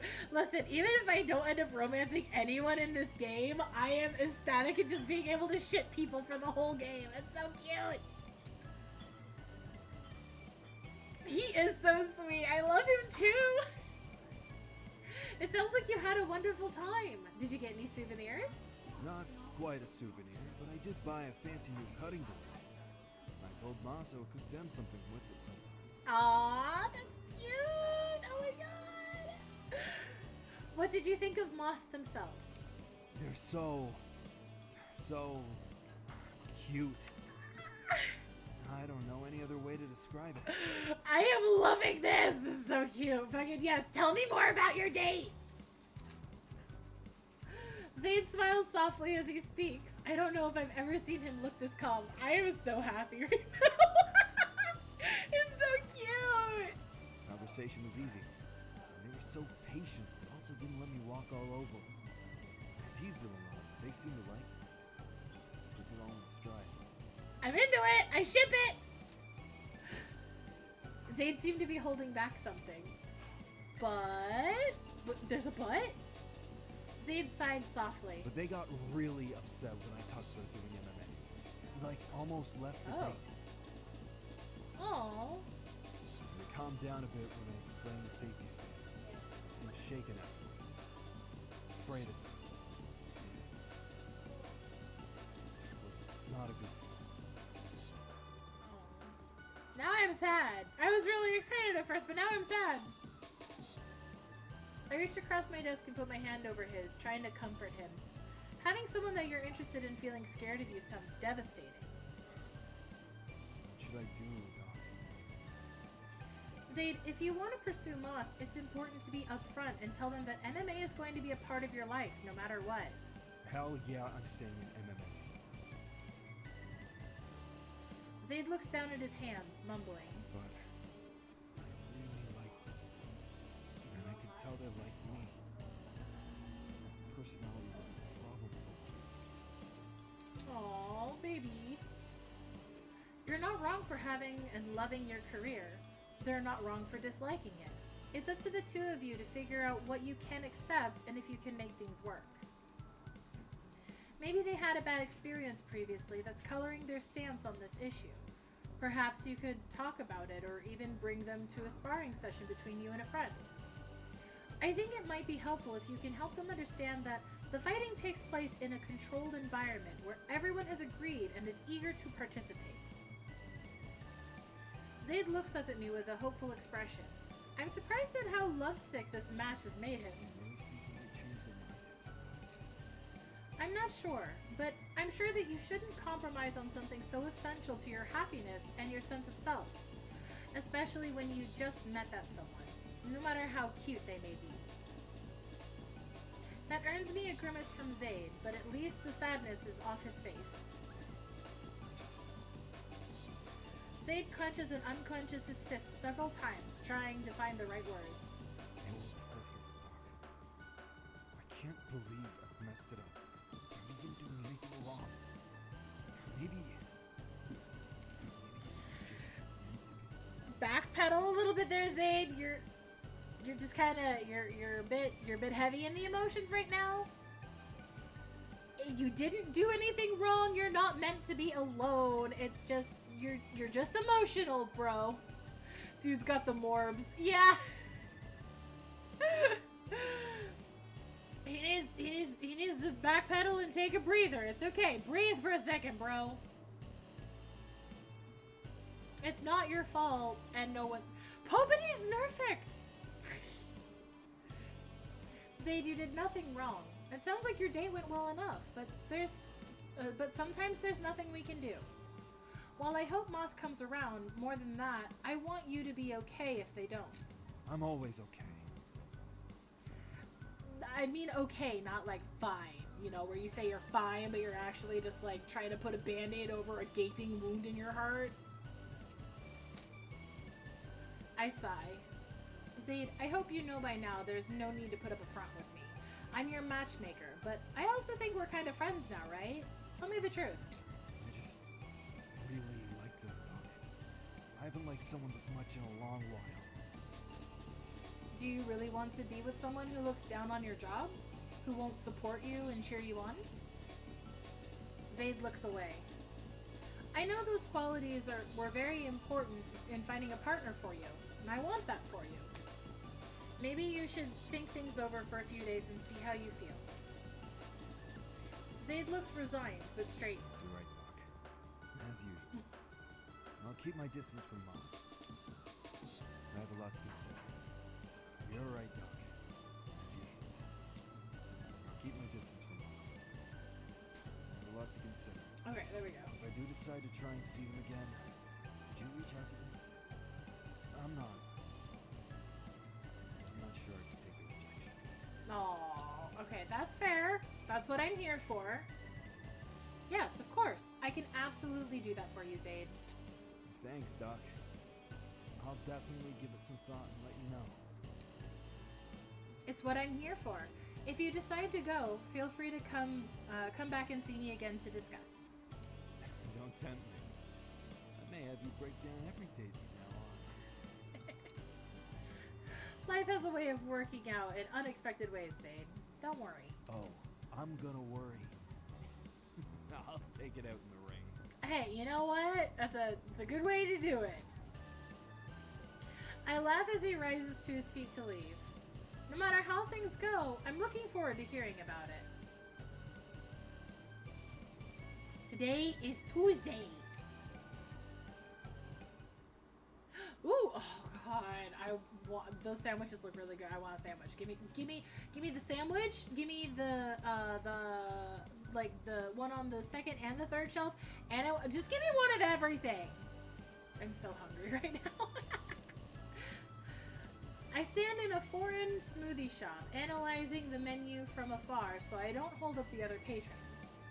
This line of shops isn't a part of my typical commute, but after my train was delayed and I was forced to take a different one, I ended up on a different block than usual. On my usual route, I would have already had a pastry and coffee in hand by now. My rumbling stomach made this detour worth the delay getting to the office. Thankfully, I haven't missed any client meetings, although I am annoyed I won't have my usual research time this morning. I will likely have to stay late this afternoon to make up for it. These all sound really tasty. I should order the... Ooh, lavender lemonade, peach boba tea, or cookie espresso. Peach boba tea sounds so good! I want the peach boba tea. I'm sorry. That sounds so good. Out of the corner of my eye, I see a customer moving around at the pickup counter. I turn my head only to see... Zaid? Zaid, is that you? What's up, bro? The man glances over his shoulder, and I recognize the pouty frown I've learned not to take personally. Doc? Shouldn't you be at the office? I know, right? He chides me, but the ghost of a smile on his lips lets me know he's only joking around.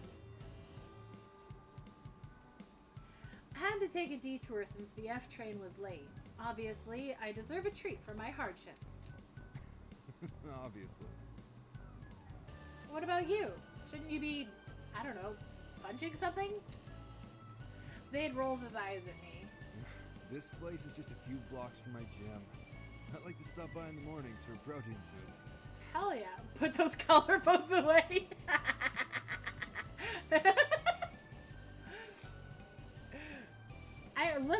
You're not gonna find me complaining. He nods his head towards the drink that the barista just sat on the counter before picking it up. It's a rich green color with seeds sprinkled on top. That looks good. I've never been before. Do you have anything you recommend? I probably haven't had anything you would enjoy. He rose at the back of his neck, like he feels awkward about not having a recommendation for me. But the peach boba tea sounds great. Hey, guess what I was just gonna order? Thanks for the suggestion. I was thinking the same thing. I placed my order at the counter. When I turned back, I'm surprised to see he's still there, waiting for me.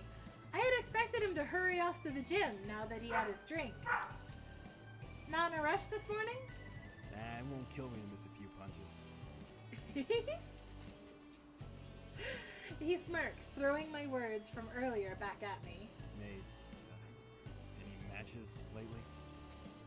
Is he making small talk? How unexpected. As a matter of fact, yes. Business is going well, in fact. I hope to be invited to some weddings in the not too distant future. Maybe even yours. Mine? I mean, if you want to get married. Yes, silly. Maybe someday. With your match.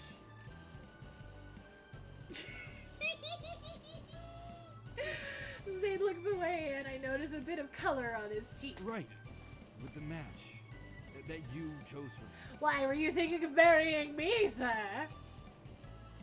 Hey, are you not happy with your match? You should have told me. I can work on finding you a new one. No, my match is great.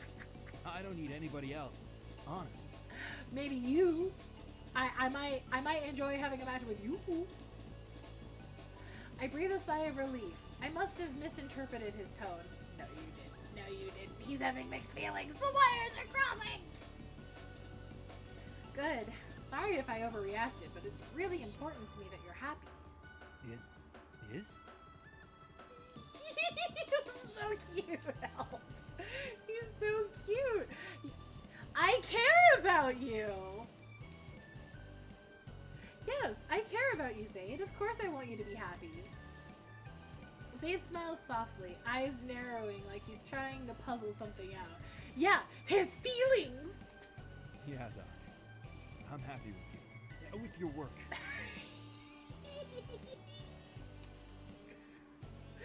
My attention is pulled from our conversation as my name is called out by the barista holding a light pink concoction. I take it from him with a smile and turn back to Zayd. Well, I better be going. As much as I would love to stay and talk, I'm already running late this morning. I'll see you at our next appointment. Or sooner, if you want to call me. Wink. I turn and head towards the exit. However, Zayd is right behind me. Okay. He stops me before I get outside, placing a hand on my shoulder. Hey, Doc. I have a match coming up next weekend. You want to come cheer me on? Yes. Yes. That's cute. Yes, I will come. Wow, really? Yes, I would love to if that's fine with you. Perfect. I'll send you some comp tickets. Yes. We shuffle our feet a moment, not sure what else to say. It's clear we have to walk in different directions. Zayd turns first. Later, Doc. Bye. I have a meeting scheduled with Caspian today. Ahem. We're good. Now we're gonna see another cutie patootie. I take in a deep breath from the confines of my office. It's been another long week, and I have a long road ahead of me. I've been feeling more confident than ever in my matchmaking abilities, though Atlas is right that I need to start focusing more on business management. My matchmaking service could truly thrive. I want to do my best to ensure that it does. However, there's something else entirely that's been plaguing me lately.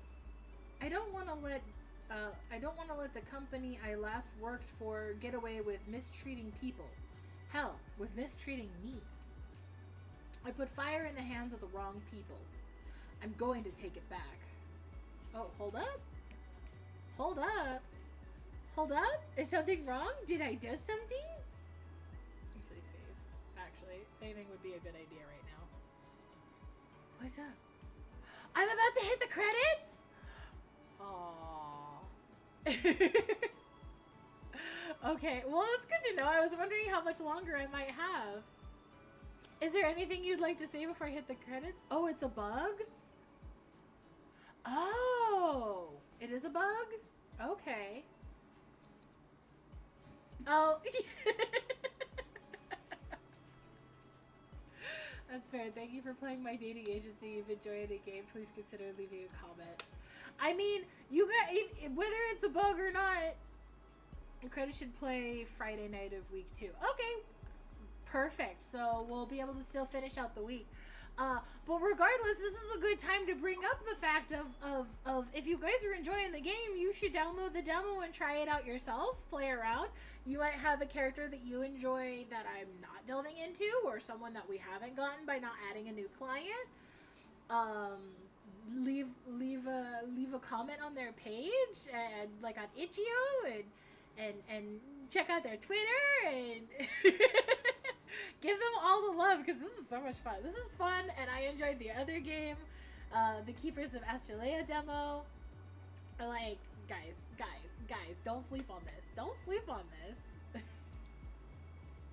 Oh my gosh, that's funny. It's funny this is a bug.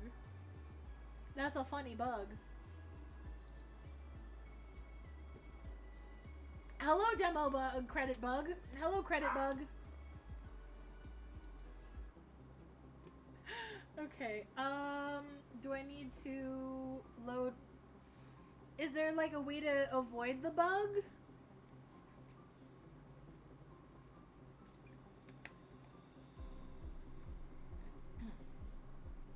Friday night of week 2.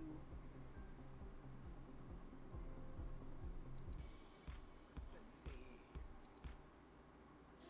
I guess it's Caspian's scene that's doing it. Oh, okay. Try not put. Okay, so try not putting Caspian in week 2. Okay. Let me just skip through everything real quick. Yes, I do. Pick the same questions I did before. Go on. I'm dying to know what you want. Okay. This. Yes. We picked you. Okay, so as much as I love Caspian, we're gonna omit him. So we'll do. Let's do the new client for Monday then, and see. Let's try this lineup then, and see if we can get through the week. But we know Cass wants to have us come to his fight. That's cute. That's cute. I enjoyed that interaction. Oh wait, Cass. Duh. Wait, not Cass. I picked the wrong person. Sorry, Cass. I was talking about fucking. God damn it! I'm mixing up names already.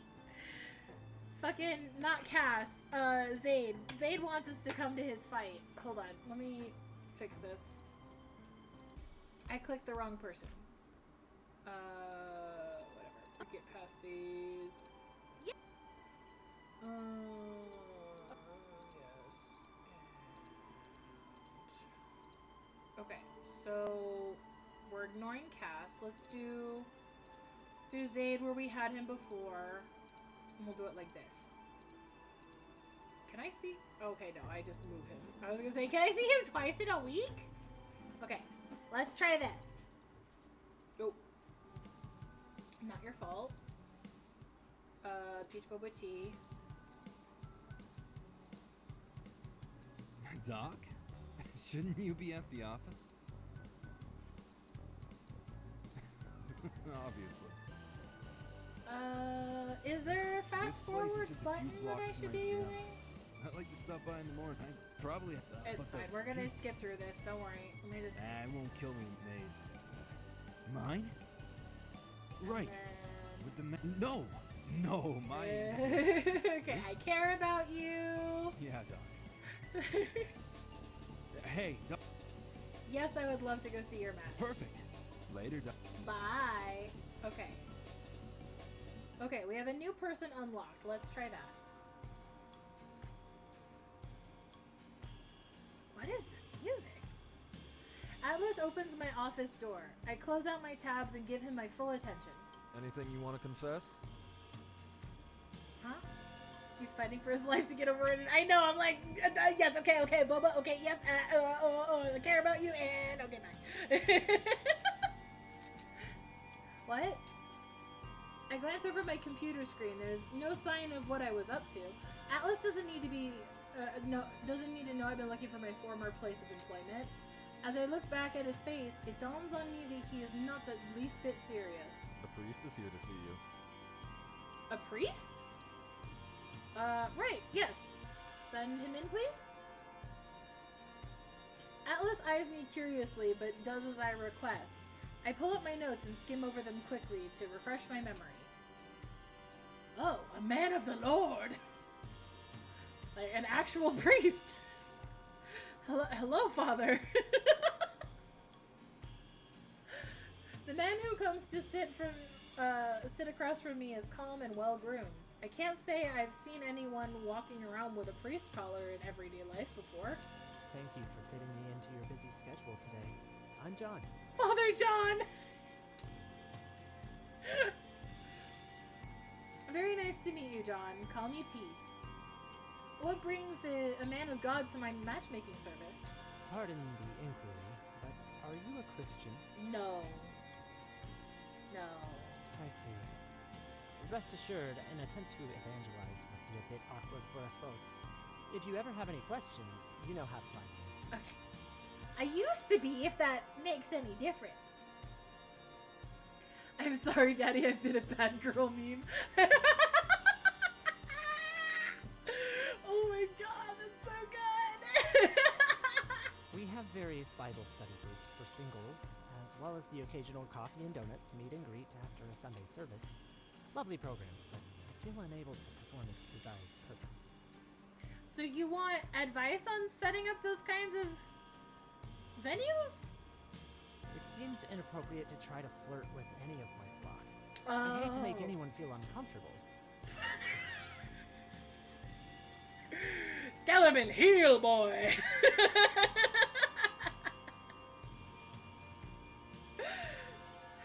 Oh my gosh. I spend Okay, most so of my time with the church, services, ministries, missions, and I meet with members to hear about their lives and give advice on certain issues, just as you do.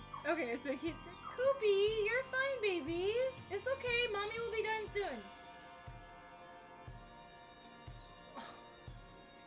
My boy, he cries. He cries for his mother.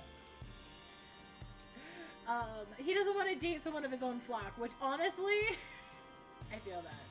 Be awkward.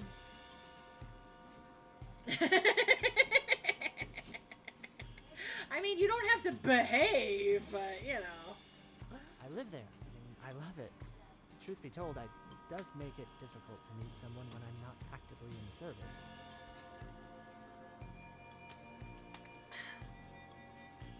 John sighs, his gaze flickering to the window for a brief moment. To be even more honest, the fact that I don't have much interest in marriage is exasperating me too. Oh! My eyebrows raise at John, and John notices my befuddlement. Please don't misunderstand. I think marriage is a beautiful and sacred thing. Okay.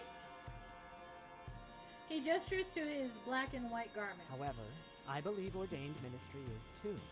I've studied for years to become a priest of the Anglican faith, and I wouldn't change a minute of it. I live for it. Okay. It all just seems a little soon to pull my focus away from something so fulfilling and demanding of my time. So you're married to your work. There's nothing wrong with that, bro.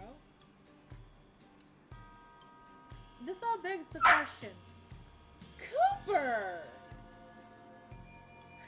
I'm sorry, my son likes to yell. This all begs the question. What made you walk... 1 second.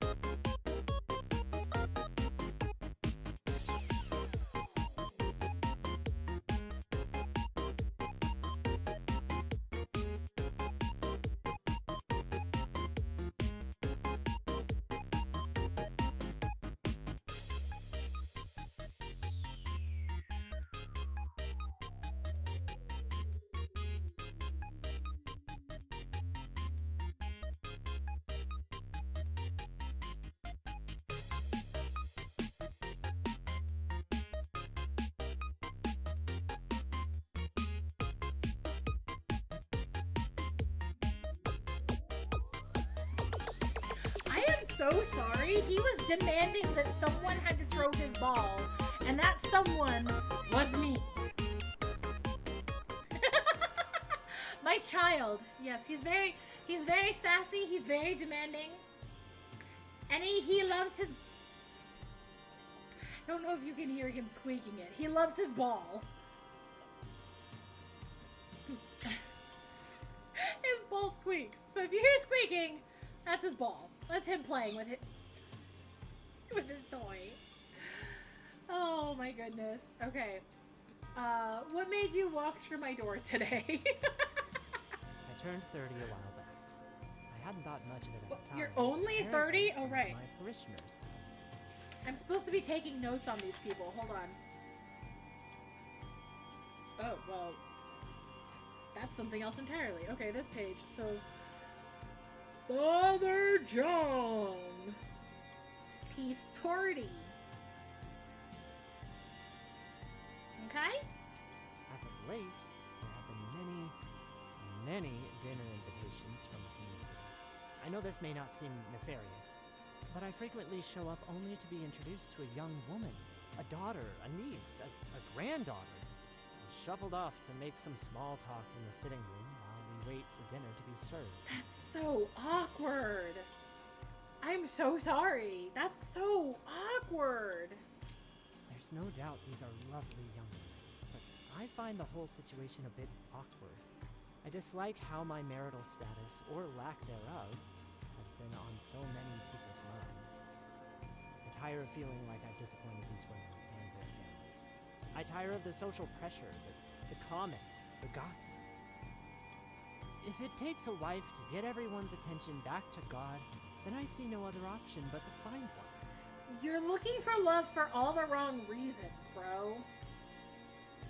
I fail to see how I can help you when a relationship isn't something you want right now. You would be in such a different headspace than many of your dates. That's exactly why I need your help. Help me to find a woman who understands that my work comes first for the next few years. I think it depends on the religion itself. Yeah, it really depends on the religion itself. They have their own rules for their priests, so yeah, it depends on that. Which I can see GSE Studios looked into it and figured out what works. Mostly Catholics said it's a big no-no. Okay, good to know. I know in some religions it's a no-no, in some religions it's okay, and I was just like, I never looked into the big, the actual labeling of which one. So good to know. I can't help but think I might make a decent match with someone who is currently occupied by her own mission. Temporarily, we'd both be busy. Over the next few years, we'd steadily build a life for the two of us. We'd marry for, insurance purposes. Well, as long as you're on the same page. Generally, I'm not opposed to relationships that differ from the norm, so long as both parties are on the same page. I can assure you that would be the case. I have no desire to dupe anyone. In such an... Oh, his dialogue cut off. I guess it was tied to the previous bubble. In such an intimate relationship, my partner's disappointment would have serious ramifications for me as well. I wouldn't want that for either of us. I'm building an exercise bike this whole time. Is this guy trying to find a wife or marketing purposes? No, he's trying to find a wife so that way his congregation will stop trying to set him up on dates with like their kids and grandkids and shit.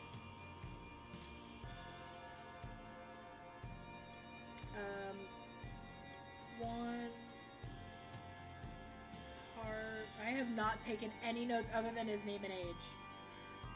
Wants partner with job goals, I guess. One who won't mind focus on work.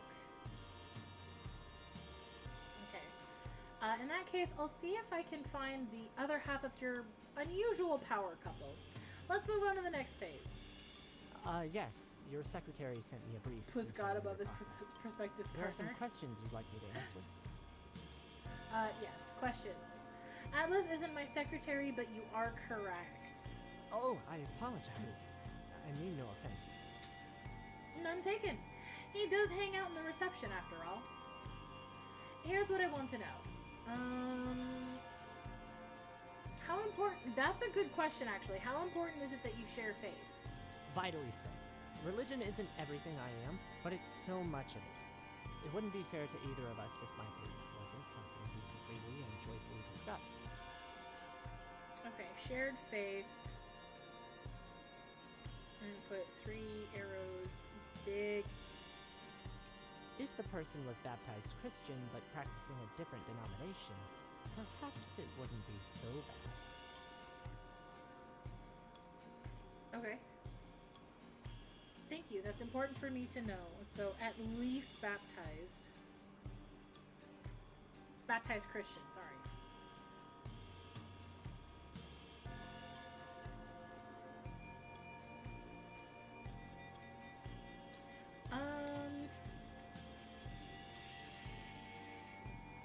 What do you respect most in other people?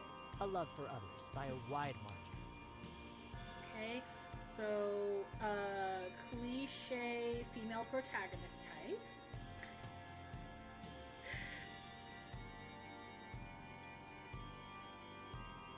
I'm a true believer in the idea that dwelling upon oneself will lead to unhappiness. It's in serving others that brings true joy. So maybe like a nurse or something. But yeah, no, cliche. Listen, cliche, like female lead type, like where it's like she turns out to be a saint or have magical healing powers, and she was a commoner. Like, you know what I mean. You know the type. She's a sweet angel, blessed by the gods who could do no wrong. I just watched Steins Gate. I still have to watch that one, honestly. It's on my list. Excellent. I'll keep that in mind for our last question. How do you feel about pets? I do my best to love all creatures, but I prefer we live separately. I have a mild allergy to some types of cat and Okay. Allergic, mild, to cats and dogs. You have to give it 12 episodes. Ooh, a slow start, huh? Okay, good to know. I'll try my best. I tend to stop watching a lot of new anime, like, within, like, 10 minutes of the episode. It's amazing if I can make it through the first episode before I get distracted or bored. I'm so terrible. I'm sorry. I'm awful. That's why I watch the same, like, 4 anime over and over. potential partner has pets already, I'm sure we could make it work. One can always purchase allergy pills in bulk. Okay, not a deal breaker though.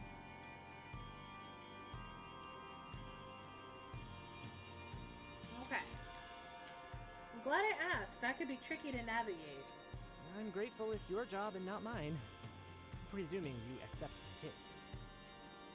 You have my word that I'll consider it. Are you certain you want to go forward with this? If I could see a better path forward, I wouldn't have come here today. I keep doing this thing where I'll half watch a show until it catches my attention, and then I gotta ask everything that happened leading up to it. That's fair. That makes sense.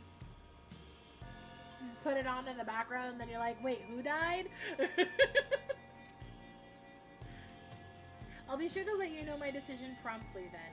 If I do accept your case, I expect to see you back here shortly to discuss your match. Whenever you need me, I'll come. Provided I'm not in the middle of a wedding or going to be sick, of course. Fair enough. With that, I bid John farewell and watch him take his leave.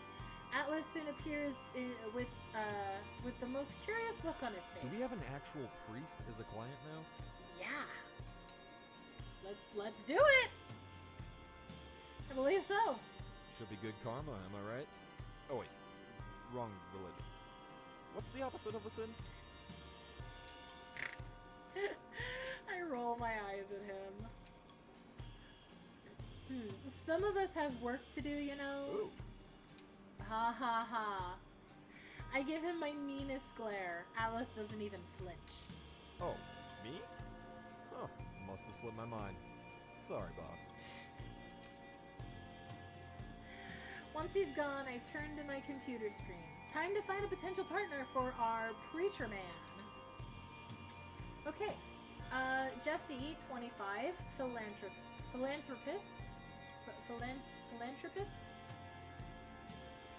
When life is good to you, pass your fortune on to others. I'd like to find the right person, but it's better to be alone than with the wrong one.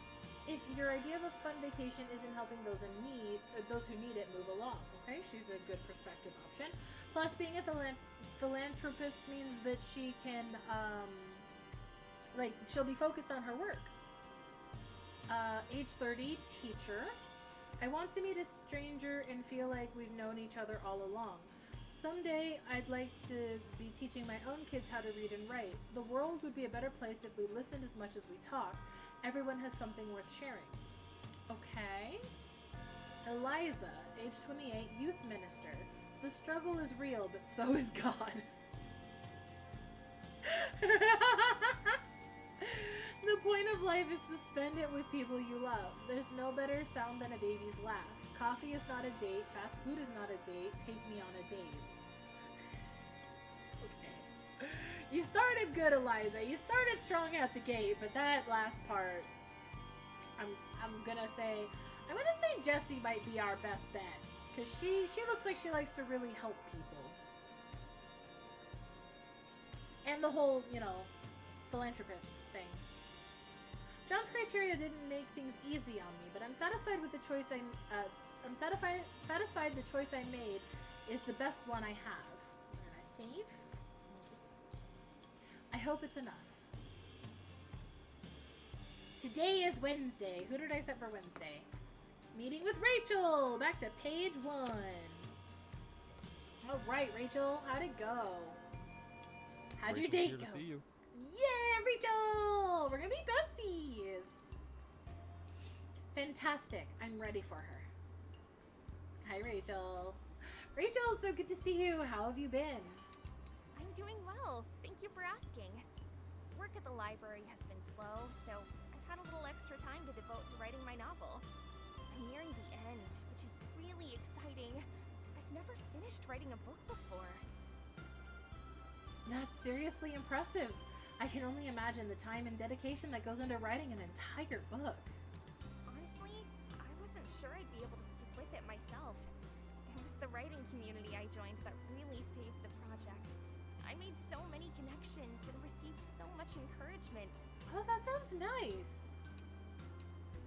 Sometimes support makes all the difference. I think it was a smart move to join a like-minded community that could help you reach your goals. I guess not too different from what I'm doing here with you. Exactly. Tell me all about your date. How did things go with Graham?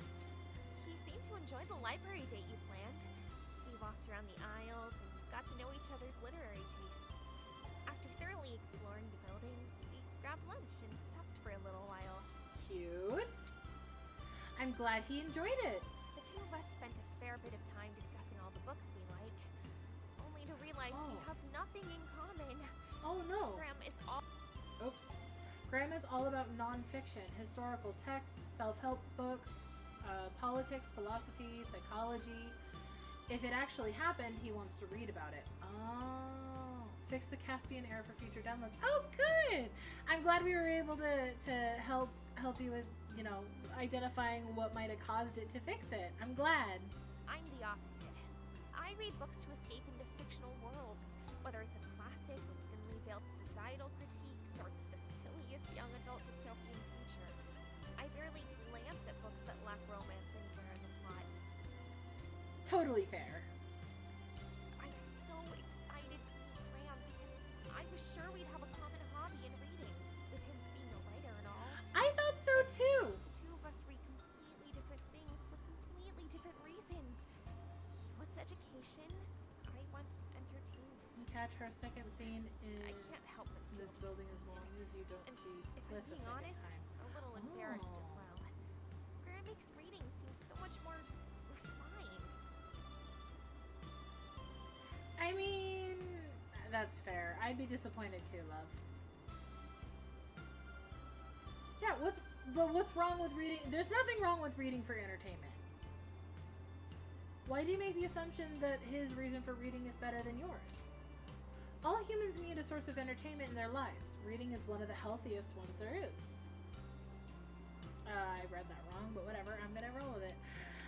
It has numerous health benefits: stress reduction, improved mental state, as well as its improvements to memory, concentration, and vocabulary. None of these are dependent on which type of book you're reading, so cut yourself some slack. You have a great hobby, so please don't feel bad about something that's healthy and makes you happy. If changing the genre would greatly affect your enjoyment, then in my opinion, it simply wouldn't be worthwhile. The risk that you read less becomes much greater. It's kind of you to reassure me. I definitely don't want to dampen the affection I have for literature. I want to keep reading until I'm old and gray with failing eyesight. Then I'll finally make the switch over to audiobooks. Fucking same though, bro. This is a hobby I want to have for the rest of my life. Something I want to instill in my children if I can manage it. I even have lists of my favorite books to share with them someday. Yeah, I do like that there are options that don't work out. That's super sweet. Hypothetically speaking, I doubt the children of two avid readers would fail to learn to love the written word. And the fact that you and Graham appreciate books for different reasons makes it all the more likely. Rachel laughs at that, a beautiful sound of mirth and hope. You have a point there. They'd have their little noses in books before they turned 3. Did Graham say anything during the date that contributed to your anxiety about this? No, not really. I think we were both a little disappointed that we didn't have any of our favorite authors in common, but it was a polite conversation. Totally fair. Graham did seem a little aloof to me overall, but that might just be his personality. Sometimes I can't help but worry that maybe the person I'm talking to is annoyed by me, but feigning politeness. That is a common fear, though. I see. If it's any comfort, feeling socially anxious, especially in romantic situations, is very common. Dating can be a high-pressure environment. Every date can work but has issues. Ah, okay. Gotcha. What can I do about it? Will I always feel this way? I'm worried that if I bring up my fears, I'll sound crazy, but that if I don't bring them up, I'll constantly feel scared, and that'll make me act crazy. I find the best thing can be to retreat and spend some time alone doing whatever brings you joy, like writing your book, and then setting up another social encounter when you feel more calm. The advice you give has some effect on whether the client wants to work things through. Oh, okay. Over time, we learn how to pick up on the subtle little clues people display in their body language and tone of voices. As our subconscious picks up on positive clues or cues, we start to feel more relaxed. We know the other person is having a good time. I love that so much thought went into this. Your body language detecting skills might be a bit rusty, or it might be because it was a new person you've never interacted with before. Either way, you should become more comfortable as you spend more time together. Dean can ask to be set up with a different woman in scene 3 depending on your choices. Oh, neat! That's so cool. You really put a lot of thought into this. So, I love it. exposure therapy, in a way. I'm not a licensed therapist, but yes, that's the right idea. And the more you converse with others in person, the better the brain becomes at gathering and interpreting those interactions. Practice makes perfect, as they say. As Rachel considers my words, her nervous demeanor starts to settle down. She smiles, though it does seem a little forced. Surely there are worse treatments out there than second dates. I wouldn't mind seeing Graham again. I'm glad to hear it. So, besides the differing favorite genres, the date went well? What did you think of him? Yeah, I had a nice time. He's very handsome. Sort of like a shorter Colin Firth, which, if you've seen the 1995 Pride and Prejudice, you'd know is a huge plus. When you think of it, he wasn't too dissimilar in personality from Mr. Darcy either.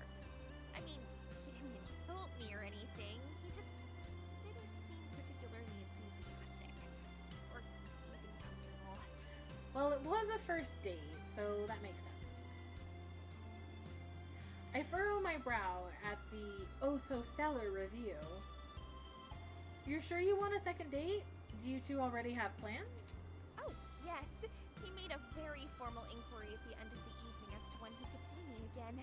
It was adorable. That's I so do want to cute! see him. I'm not about to turn down a slow burn romance. I can be patient. There's nothing sweeter than knowing you've won the heart of an unwinnable man. I mean, that's fair. That's fair. Rachel frowns at my quirked brow. I hastily relax my expression. I know what we talked about last time, about my fantasies and all. I'm not going to let that get the best of me here. I just don't have a problem with a guy being a little slow to warm up to me. That's all. There. If you're telling me you're looking at this with both eyes open, that's all I can really ask for. Where are you guys going to go? The park.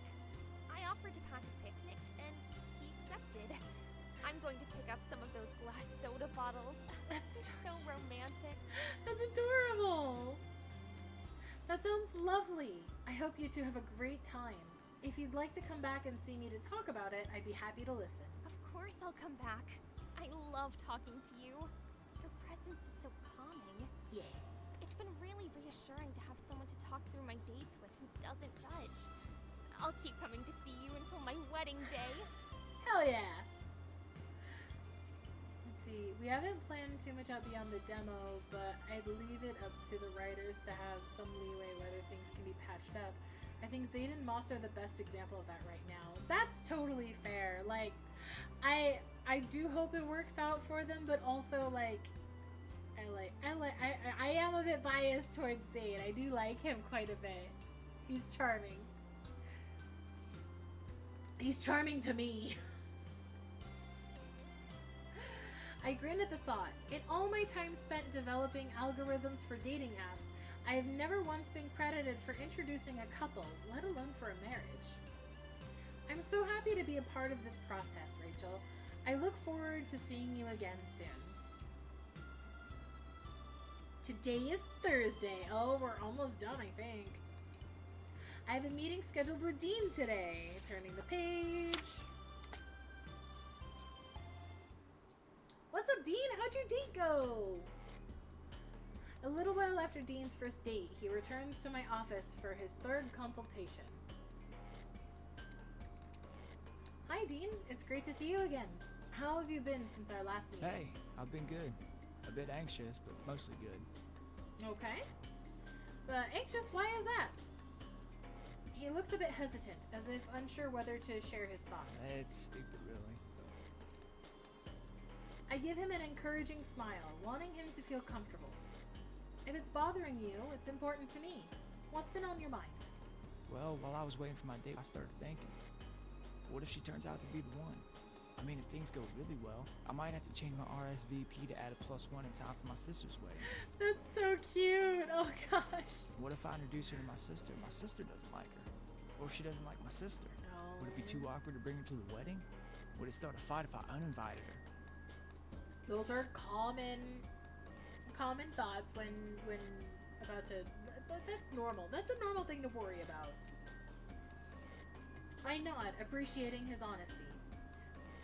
Dean, it's completely normal to feel overwhelmed when thinking about the future, especially when it involves someone new. But remember, you don't have to have all the answers right now. Take it one step at a time. If you're overly stressed about what could be, you might not have the bandwidth to tackle the problems that do arise. You're right. I shouldn't get ahead of myself. To help anxiety, I like to brainstorm what actions I can take today to tackle the problem. If there's nothing I can do to address my worry, then I do my best to put it out of my mind. That sounds like a good strategy. Thanks for bringing me down to earth, man. Not gonna lie, he does kind of sound like Zell. He sounds kind of like Zell. I've been thinking about it this whole time, but he sounds kind of like Zell. That's what I'm here for.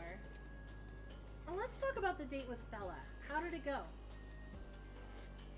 Right? I'm so glad you agree, B. I'm like listening to him talk this whole time and I'm like, do I say it? Do I keep it to myself?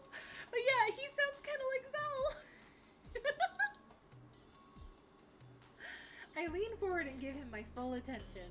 Well, it was good. I suggested we go to my favorite Italian family restaurant. The food is tasty there, and it's a quiet, lovely place. Stella was on board. That sounds like a lovely choice. What happened next? She was on time, charming and pretty. Stella came straight from work, still in her professional attire, which made her look even more impressive. Oh, what was her job? I don't remember what her job was. At first, we talked about her occupations. As you told me before, she is a real estate agent. Oh, real estate. I don't know much about that, but she sure was passionate as she described it. Stella also took the time to ask me questions about fixing cars and listened attentively, which was kind of her. No worries, it's all good. I appreciate the reminder. Sounds like you both enjoyed the conversation. Yeah, definitely.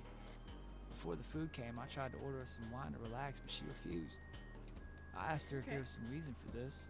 It was probably rude of me. I just don't often meet people who don't drink at all. Then she told me about her past addiction, that she doesn't smoke or drink anymore to avoid relapses. Okay, fair. That's totally fair. He pauses, his eyes distant as he recalls the conversation. That must have been a significant revelation. How did you respond?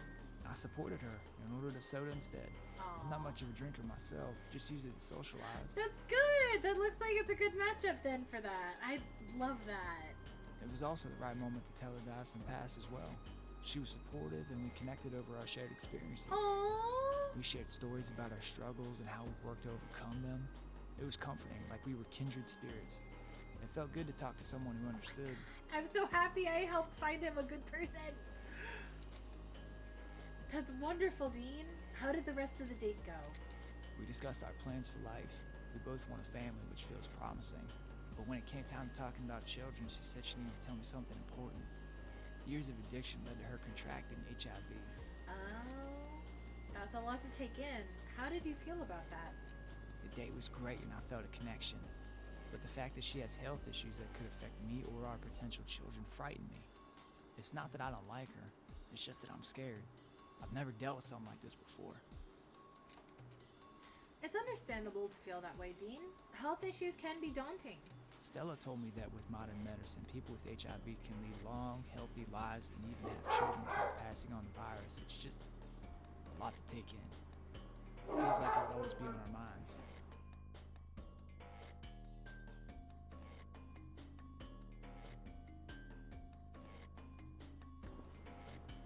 Would you say you like Stella enough to give it a try? I look at Dean, his expression thoughtful and a bit uncertain. I'm not sure, to be honest. Stella's amazing, but I don't know if this relationship has a future. What makes you feel that way? Dean sighs, rubbing the back of his neck as he tries to articulate his thoughts. Stella's wonderful, strong, open. It's admirable. But, listen, I'm not judging her for her past, and I would love to learn more about her HIV condition. It's just, with my past, too. I mean, ex-con and all. We both come with baggage. Could we even build something solid? understandable concern, but I think you guys would be fine. Find matching baggage and carry it together. Oh my gosh. I mean, trusting your feelings is important. If you feel like you're kind of weighed down by the baggage, then I guess it wouldn't work out in the long run.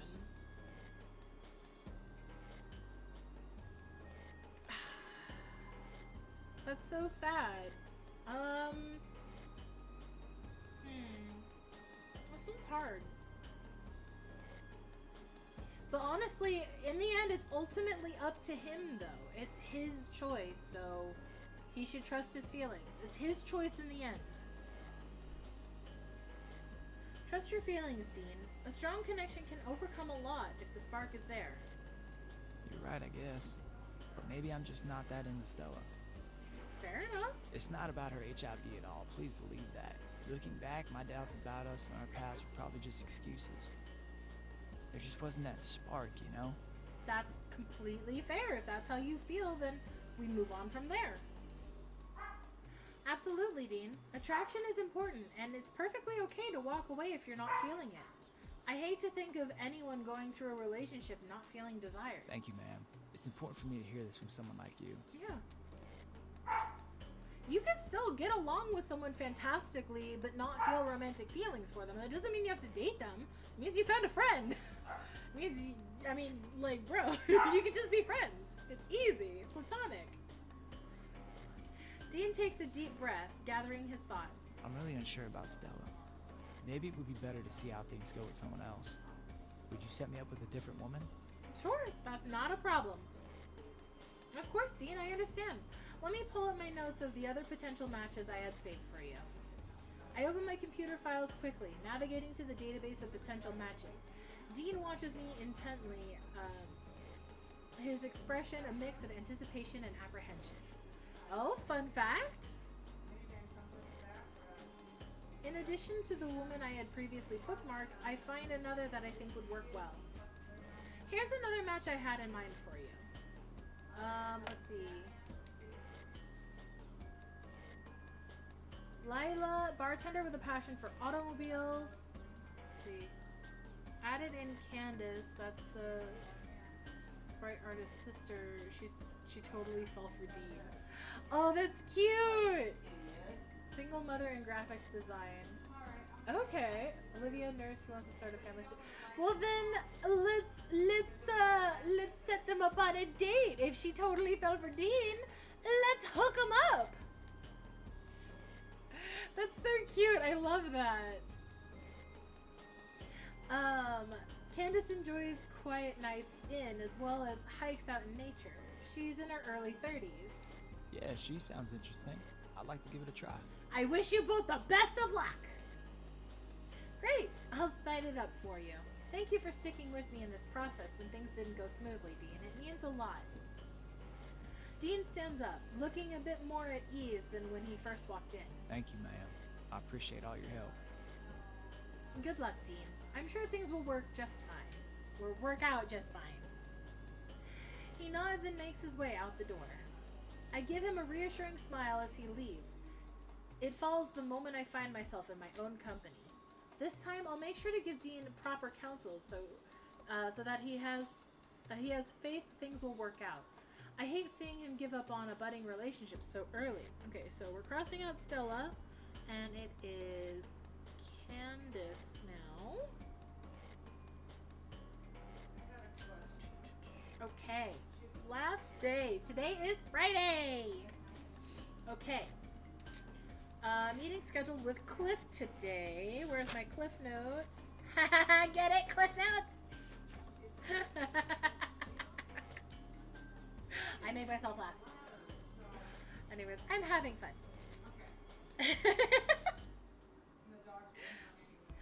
I look at the clock for what must have been the 7th time in 10 minutes. The time still matches the numbers on my phone and my computer. It's so slow. Is this how time progresses? Slow and linear. I hope to touch on some touchy topics and give people some things to think about. That's good. I like that. I like that a lot. Honestly, I like it when sometimes you do need an Otome that feels a bit more real. I play a lot of them that are fantasy because, much like Rachel, I like my escapism. But it's nice to have a touch of some real topics to think about. Wheeling my chair towards the door, I lean forward to call out to the hall. Alice, any phone calls? No answer. Just as I stand, the door swings open and Cliff runs in, trying to catch his breath. He collapses into the chair across from me. I am so sorry. The school computers have been going haywire all week thanks to some illegal downloading. I almost had to cancel on you, but I found a temporary fix to get things going and raced over here as quickly as I could. I'm glad you can make it. Would you like some water? Oh, yep. I offer Cliff one of the unopened water bottles stored in my bag. How many laws did you break to get here? Cliff drinks half the bottle in seconds and holds up a hand. If I don't tell you, then you're not an accomplice. Best to keep it to myself. Wait, I have to match him. There we go. Glasses on. I stifle a laugh, but I did not stifle a laugh. I did not. But check my phone for any notifications of recent traffic accidents. Thankfully, it looks like the speed demon opposite me is a careful one. So, work has kept you busy this week. Very. But it's sort of exciting in a way. Being in IT isn't exactly a call to adventure with death-defying acts of courage. It's rare I get a problem beyond a frozen screen and poor Wi-Fi connection. The dating landscape can be pretty rough. Yeah, it can be pretty rough. That is for sure. Glad to hear you looking on the bright side of things. Not everyone would call a busy work week exciting. But something tells me you would. Well, I mean, look at the job I do. You've got me there. Speaking of work, how did the date go? Cliff sighs, holding his hands up. That bad? Not good, actually. Oh. Fine dining is nowhere on my list of comfort zones, but Annette made it fun. Then why the long face? Because I fell in love with the food, and I'm not sure my bank can handle that kind of spending. Okay, that's fair. That's totally fair. I snort and slap a hand over my face to muffle the laughter. I felt like a well-kept man by the end of the night. I was a little nervous at the start, but the more we talked, the more in sync everything felt. It was like going on a date with a friend. Oh, that's nice. I mean, maybe not perfect for the romance, but it's nice that you had fun. I didn't want the night to end. Yes. What did you think of Annette? From what I'm hearing, sounds like you found... One second.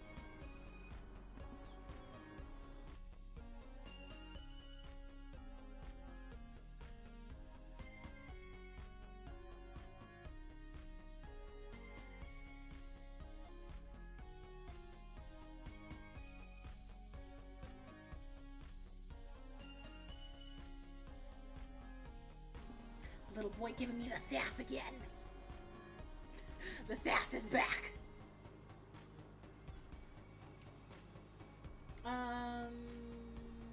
Sound like you found a long lost friend. Yeah, what did you think of Annette? She was so easy to talk to, and her jokes were top tier. Well, I mean, she's a streamer.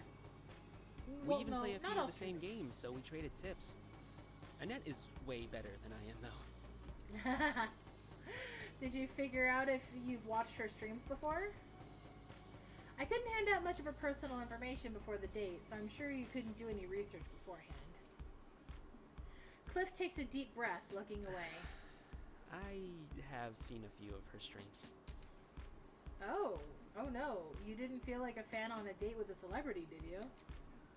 I tried to make a joke of the comparison, but it falls flat. Cliff? I used to be a really big fan of hers. Not the biggest fan by far. I was pretty strapped for cash, so I never made a big impact on the donations and all that. Oops. I was consistent, though. I planned parts of my days off around her streams, so I never missed any. What happened? She signed some sponsor contracts, and suddenly it was about what she could get out of people and not what she could give. Okay. It happens occasionally when people make it big. I was just disappointed how much she sold out. Okay. Totally fair. But then the more I talked to her, the more I felt like I'd misjudged her. I'm just confused now. How am I supposed to just move past that?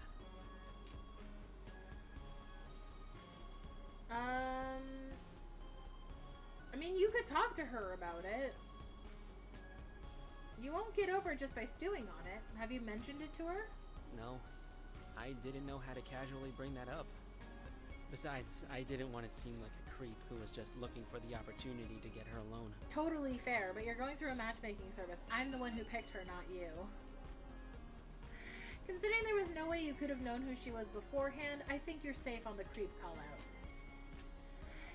You don't have to throw out the information like an accusation, but letting it fester will turn into a nasty surprise for later. Ask her about it and keep an open mind. You just met her and your options are still forming. It's okay not to know exactly how you feel about her right away. Get to know Annette outside of the screen a bit more before you form a final opinion. I really want to see her again. I'll keep your advice in mind. Hell yeah. Did you talk about meeting up again for another date? It's all planned out. Yeah, good job. There's a bar downtown that has a full arcade in the back. Ooh. It's so much fun, but I haven't gone in ages. We're going to meet there next weekend. Ah, that sounds fun. That was fast. I'm glad you two are taking things into your own hands. Annette runs a tight schedule. She likes getting plans on the books as soon as possible so she doesn't make anyone feel like they're not a priority. Totally fair. I really like that about her. It makes me want to do better and make sure she knows I want to make her feel just as important. Yes! That's great to hear. Showing your partner where they fit into your I life. put my girlfriend first whenever I can. I shift slightly in my chair and nod. Isn't that the goal?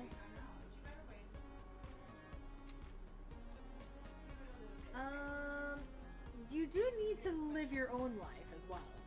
Just make sure you have a good balance, okay? You can't lose yourself to a relationship. Part of what made you two feel so connected is what you learned from life before you met. Annette has feelings for the guy who games in his spare time and builds computers as a side job. Make sure to keep him around. But aren't I meant to be making room for her? Well, yeah, but you don't want to stop everything else. Yeah, yes, but add the boyfriend skill to your character. Don't change your character's class. I've always made sure to make the people in my life feel like I'm always there for them. But I can see how that might make them feel that I can't exist without them. Which would put a lot of pressure on them to either ask you for less or make you feel needed for everything. I never thought about it that way. You are doing your best. There's no shame in that. Just remember to keep a healthy space for yourself on that priority list. Cliff smiles widely and claps his hands together. I'll do my best, but that's going to take some real focus. You've got this. And from what I've heard, you also have this dating business with Annette on the right track. I think so too. Thank you for everything. I wouldn't have been nearly as steady in all of this without you. Anytime, Cliff. I take in a deep breath from the confines of my office. Okay, here we go. A long week ahead of me. I've been feeling more confident than ever in my matchmaking abilities, though Atlas is right that I need to start focusing more on the business management. To ensure that it does. Plaguing me lately. Okay, I think these are the credits now. Yeah. Okay. So these are the credits we've seen. So there we go. Yeah. This is this is it. We did it. This is the game. We have actually officially finished with the correct credits. Yay! How cute. This is a good game. This is fun. I enjoyed this thoroughly. This is so cute. Thank you so much for letting me know about your demo. Well, then I'll need your advice on my next date. I'm not sure I handled the first one well enough. I think I got cold and stiff after Stella told me about her HIV status. I'm worried I might have offended her. Ooh.